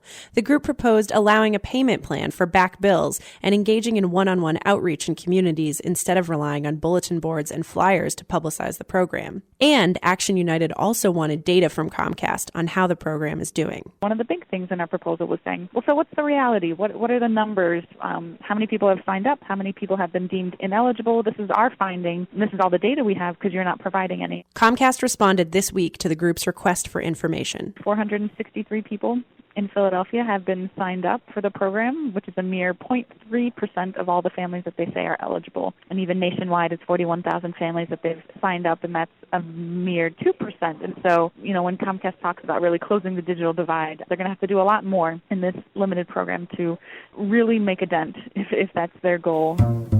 Police in Oakland, California arrested 7 journalists at an Occupy protest last Saturday, the largest number arrested since the November raid on Zuccotti Park in New York City. This weekend's arrests bring the total number of journalists detained in Occupy protests to nearly 50. Journalists from organizations including the San Francisco Chronicle, Mother Jones, the East Bay Express, and the San Francisco Bay Guardian were swept up with nearly 400 protesters during the Move-In Day action, an attempt to take over an abandoned building for Occupy activities. Kristen Haynes is a reporter for KGO Radio in San Francisco. It just seemed like an odd decision. I mean, they should expect us to be there when there's a big protest. They should expect us to be in the crowd. We are trying to see what's going on firsthand, and you can't cover it if you're 2 blocks away. You have to be there seeing what's going on and witnessing it, and that's why me and a couple other people, were within the crowd itself. Despite the fact that Haynes had a press pass issued from the San Francisco Police Department, she was arrested, her hands bound behind her back with zip ties. She was later released at the scene. Police apologized and escorted her out of the area. Freelance journalist and cartoonist Susie Cagle was also arrested during the protest and was released that night in Oakland. This is Cagle's second tangle with Oakland police. She was arrested in November while covering another Occupy Oakland protest. She was the only journalist arrested that day. On that occasion, she spent 15 hours in jail. Charges of presence at the scene of a riot and failure to disperse were dropped a month later. There is an internal affairs investigation pending in her case. After that experience, she got press passes from the Newspaper Guild Freelancers Guild and the Oakland Police Department. Yet, even after Cagle had obtained these credentials and identified herself as a member of the press, police pushed her around and screamed at her. I wanted to leave, and I knew the rights that the press pass supposedly afforded me in those sorts of situations. I was very well aware of the crowd control policy toward media of the Oakland Police Department, which is that media are allowed to cross police lines, and they are allowed to be present during times of mass arrests and during unlawful assemblies. Cagle, who has written and illustrated for The Atlantic and The American Prospect, believes that police respect her less because she is a freelance journalist. The first time I was arrested, I said, I'm working for Alternate and Truth Out and Good magazine. And my arresting officer said, never heard of them. That was his reasoning. I've never heard of those places, so you're going to jail. You've been listening to Media Minutes, a production of Free Press, a national nonpartisan organization working to reform the media. For more information, visit freepress.net. sucker now, I want the king on the track. You are now listening to FuseBox Radio.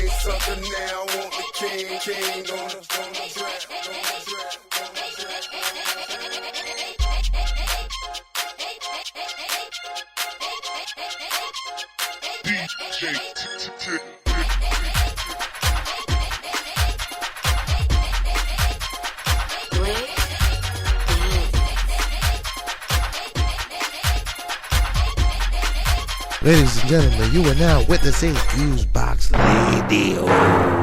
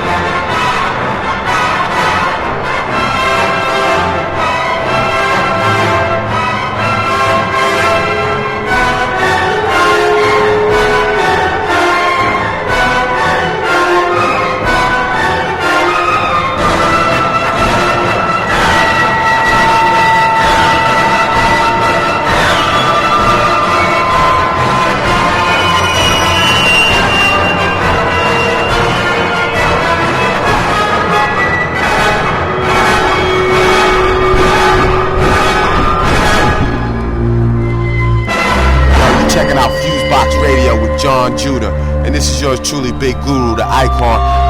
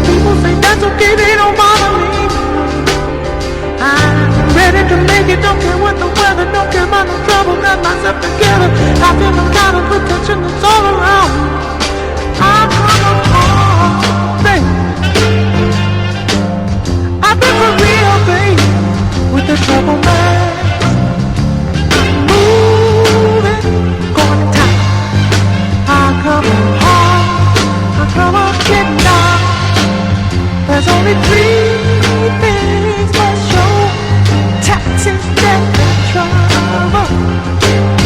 Oh.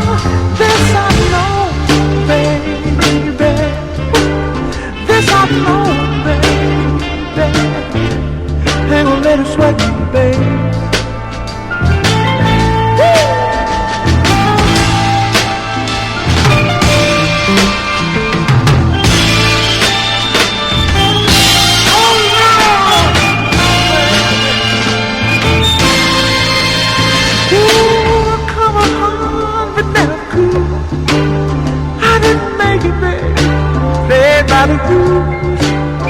Come apart, baby.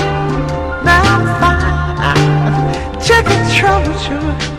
Hey, moving down the line. You are now listening to FuseBox Radio.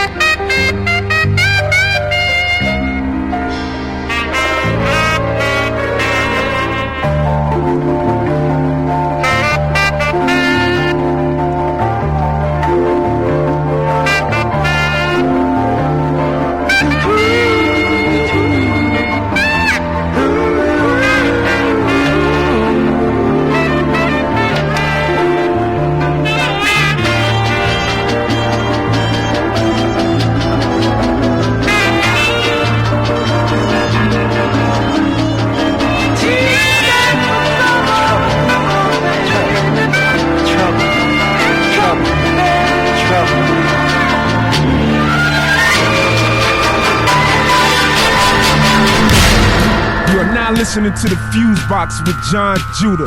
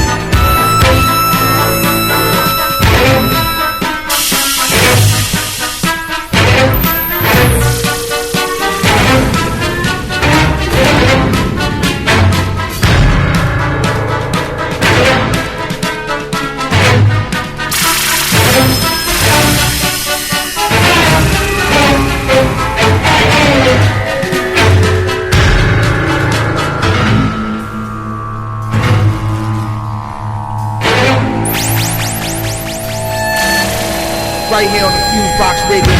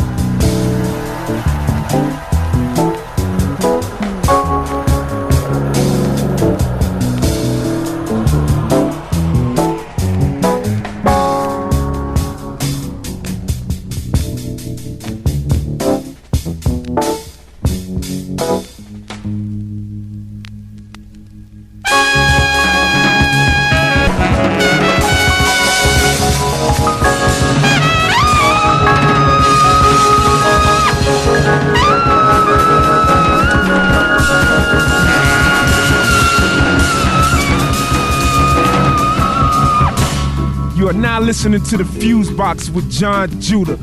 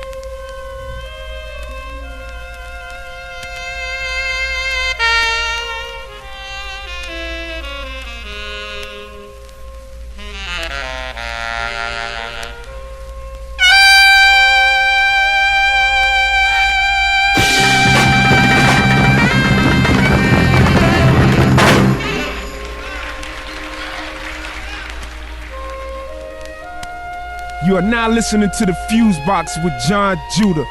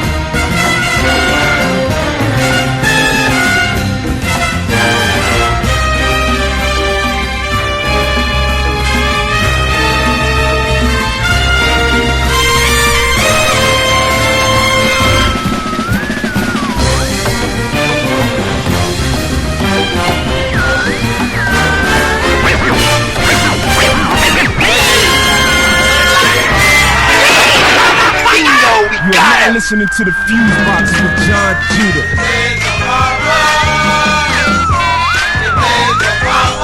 Won't bleed me, don't bleed you. Won't bleed me. They bled your sister, they bled your brother. Won't bleed me, don't bleed you. Won't bleed you. If you can't beat them, that's what they say. You talking about yesterday?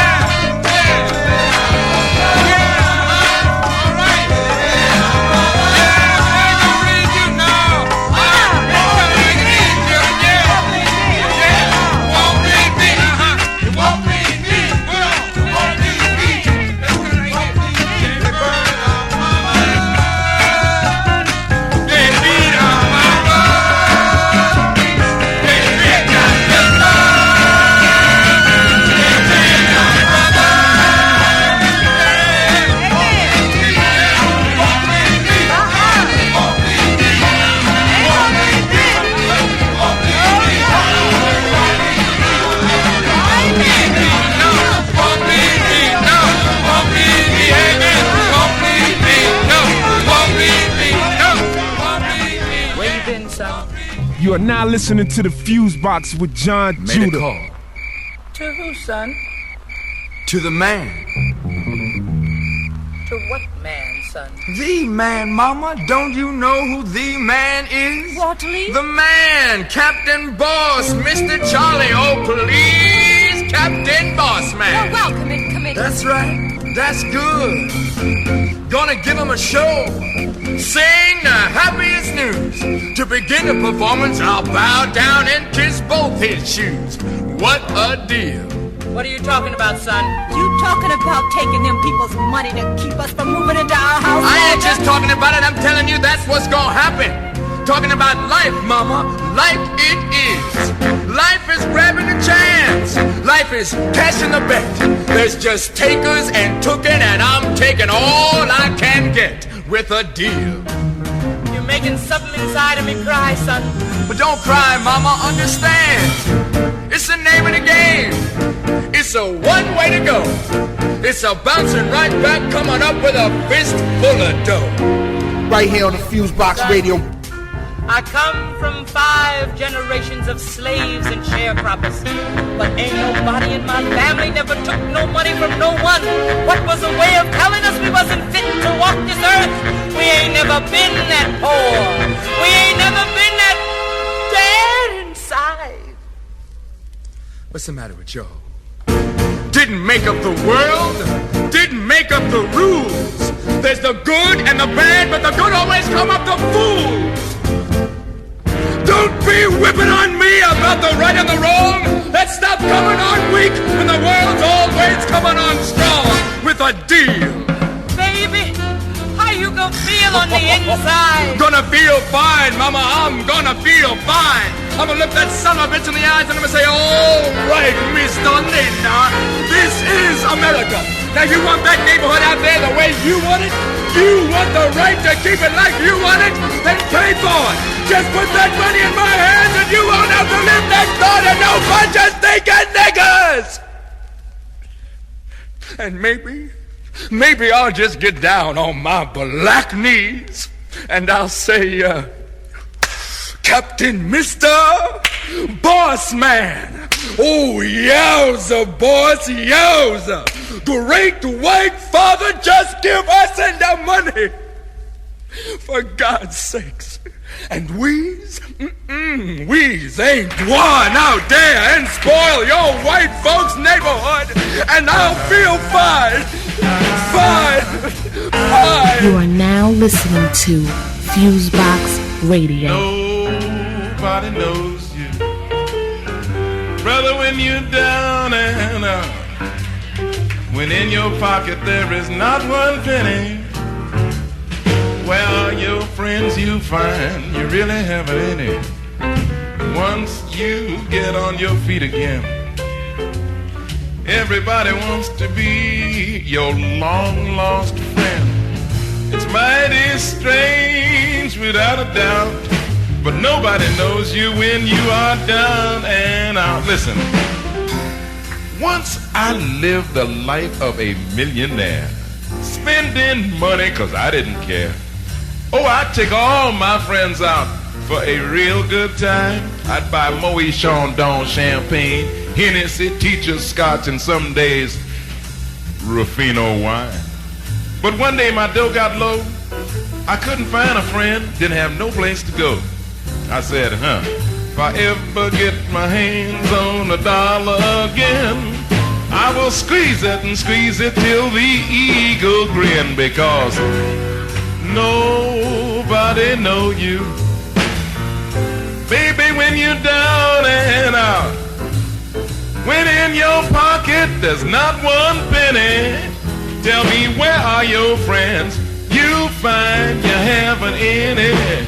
Once you get back on your feet again, everybody wants to be your long. I went to school with those, like I know him.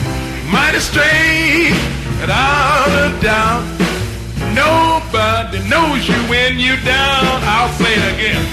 Nobody know you, baby, when you're down and out. So if I ever get my hands on $1 again, I'll squeeze it and squeeze it till the eagle grins, because I really do believe a dollar is my friend. Nobody knows you, baby, when you down and out. You're now listening to the FuseBox with Jon Judah.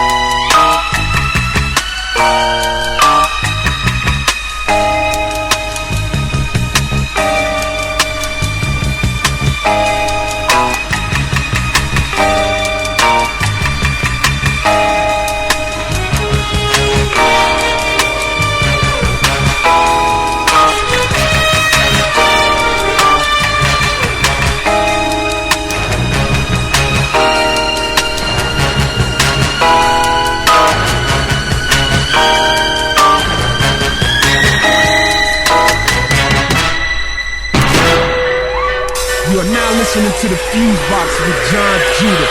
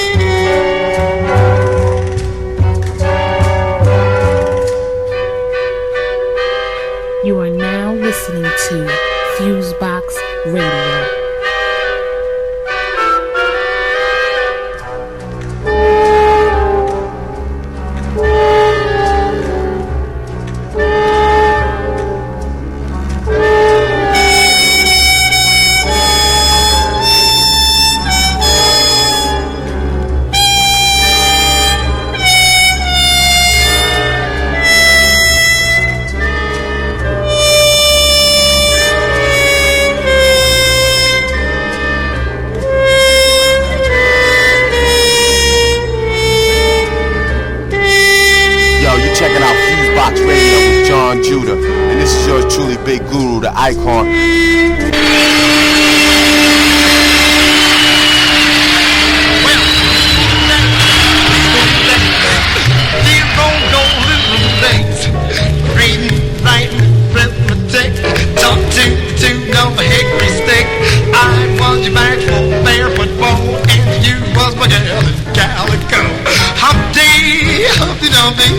He sat up on the wall. Humpty Dumpty on the wall. Humpty Dumpty had a fall. And all the king's horses and all the king's men, they couldn't put Humpty back again. Mother Hubbard, she walked into her cupboard. Well, Mother Hubbard in her cupboard to get her dog a bone. And yes, when she got there, the cupboard was bare. No bone, no bone, no bone, no bone. Mary, little Mary, she had a little lamb. It followed her to school one day. That was against the rule, but made the kiddies laugh and play just to see a lamb at school. Well, I ring around the rosy, bog full of posies. Rise, Sally, rise, wipe your pretty eyes. Turn to the east, to the west, turn to the one you like the best. Go in and out the window, going in and out, going out.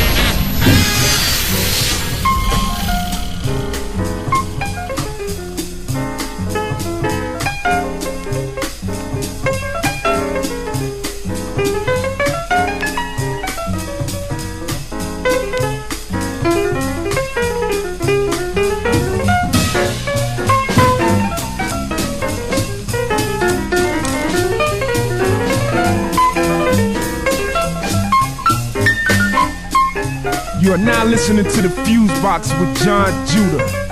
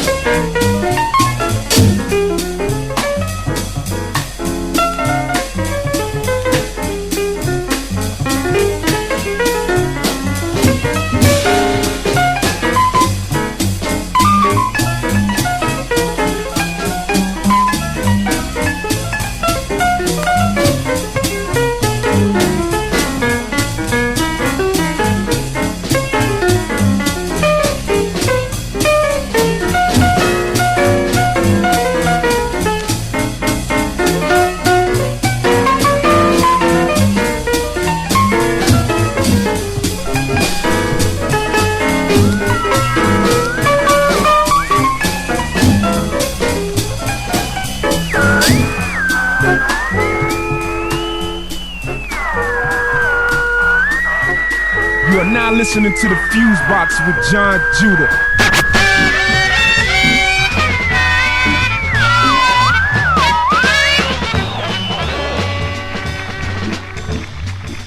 You know, entertainers are the carpetbaggers of our time. I'm forever trying to catch a plane, my daughter under one arm and a suitcase in each hand. And I've seen some very, very lovely small towns. I find them so quaint and interesting. I can hardly wait to get out of them. This song, I think, expresses the way I feel, where I want to be. There's no place on earth that I'd rather be.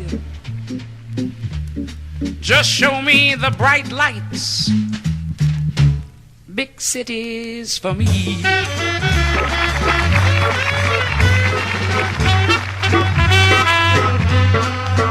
I'll visit the country, I'll even sail out on the sea, but I'll take the bright lights, big cities for me.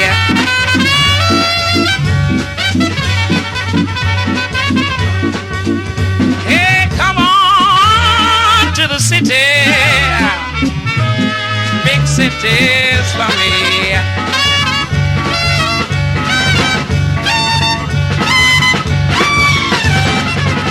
Detroit, good old Detroit. Have any of you ever been to Detroit? Oh, that's a swinging city, Detroit. They make cars, automotive vehicles. I mean things like Cadillacs and Lincoln, T-Bird, Mustang, Chrysler, Imperial. Oh yeah, few Rolls Royces, Mercedes Benzes. Oh yeah, yeah. They make jazz singers too. In fact, the singer who's singing for you, she came from Detroit. Yeah, good old Detroit. About 250 miles of the road from Detroit is a place called Chi-Town. And Chi-Town, that's my town. My kind of town, Chicago is. My kind of town, Chicago is. They swing every kind of way, all night and all day. Not too far from Chicago is an island called New York. New York City, New York. Nothing in the world like New York. The lights on Broadway turn black night into day. Loving is fine in Central Park all the time. Moving on west, moving on west, moving on west, because the west is the best. Say L.A., L.A., L.A., L.A., swinging night and day. L.A., California. Yeah, I bought a house here, I might stay. It's growing on me, this L.A. Hey, hey, y'all. Hey, y'all. Yeah, come on to the city. Big cities for me.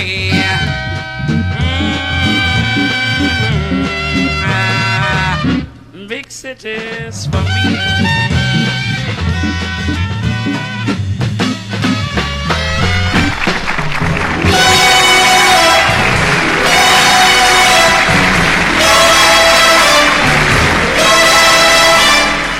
You are now listening to the FuseBox with Jon Judah.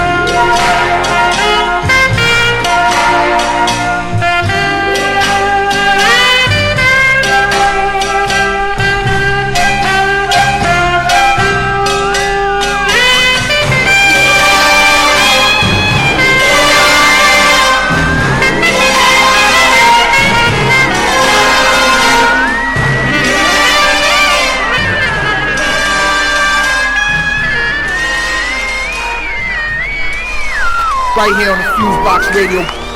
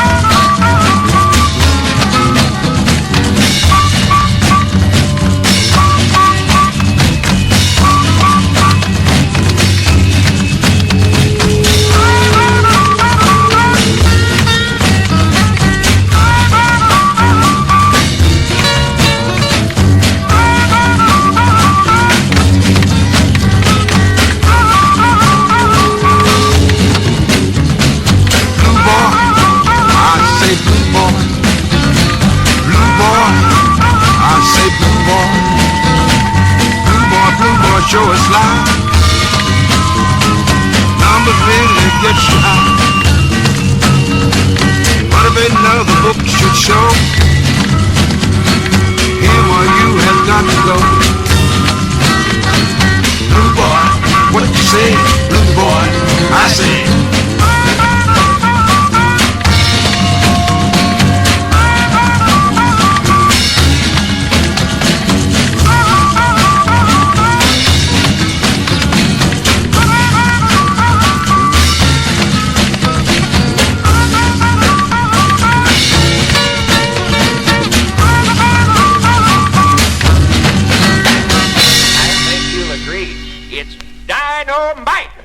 That's all the time we have tonight. Join us next time. Good night.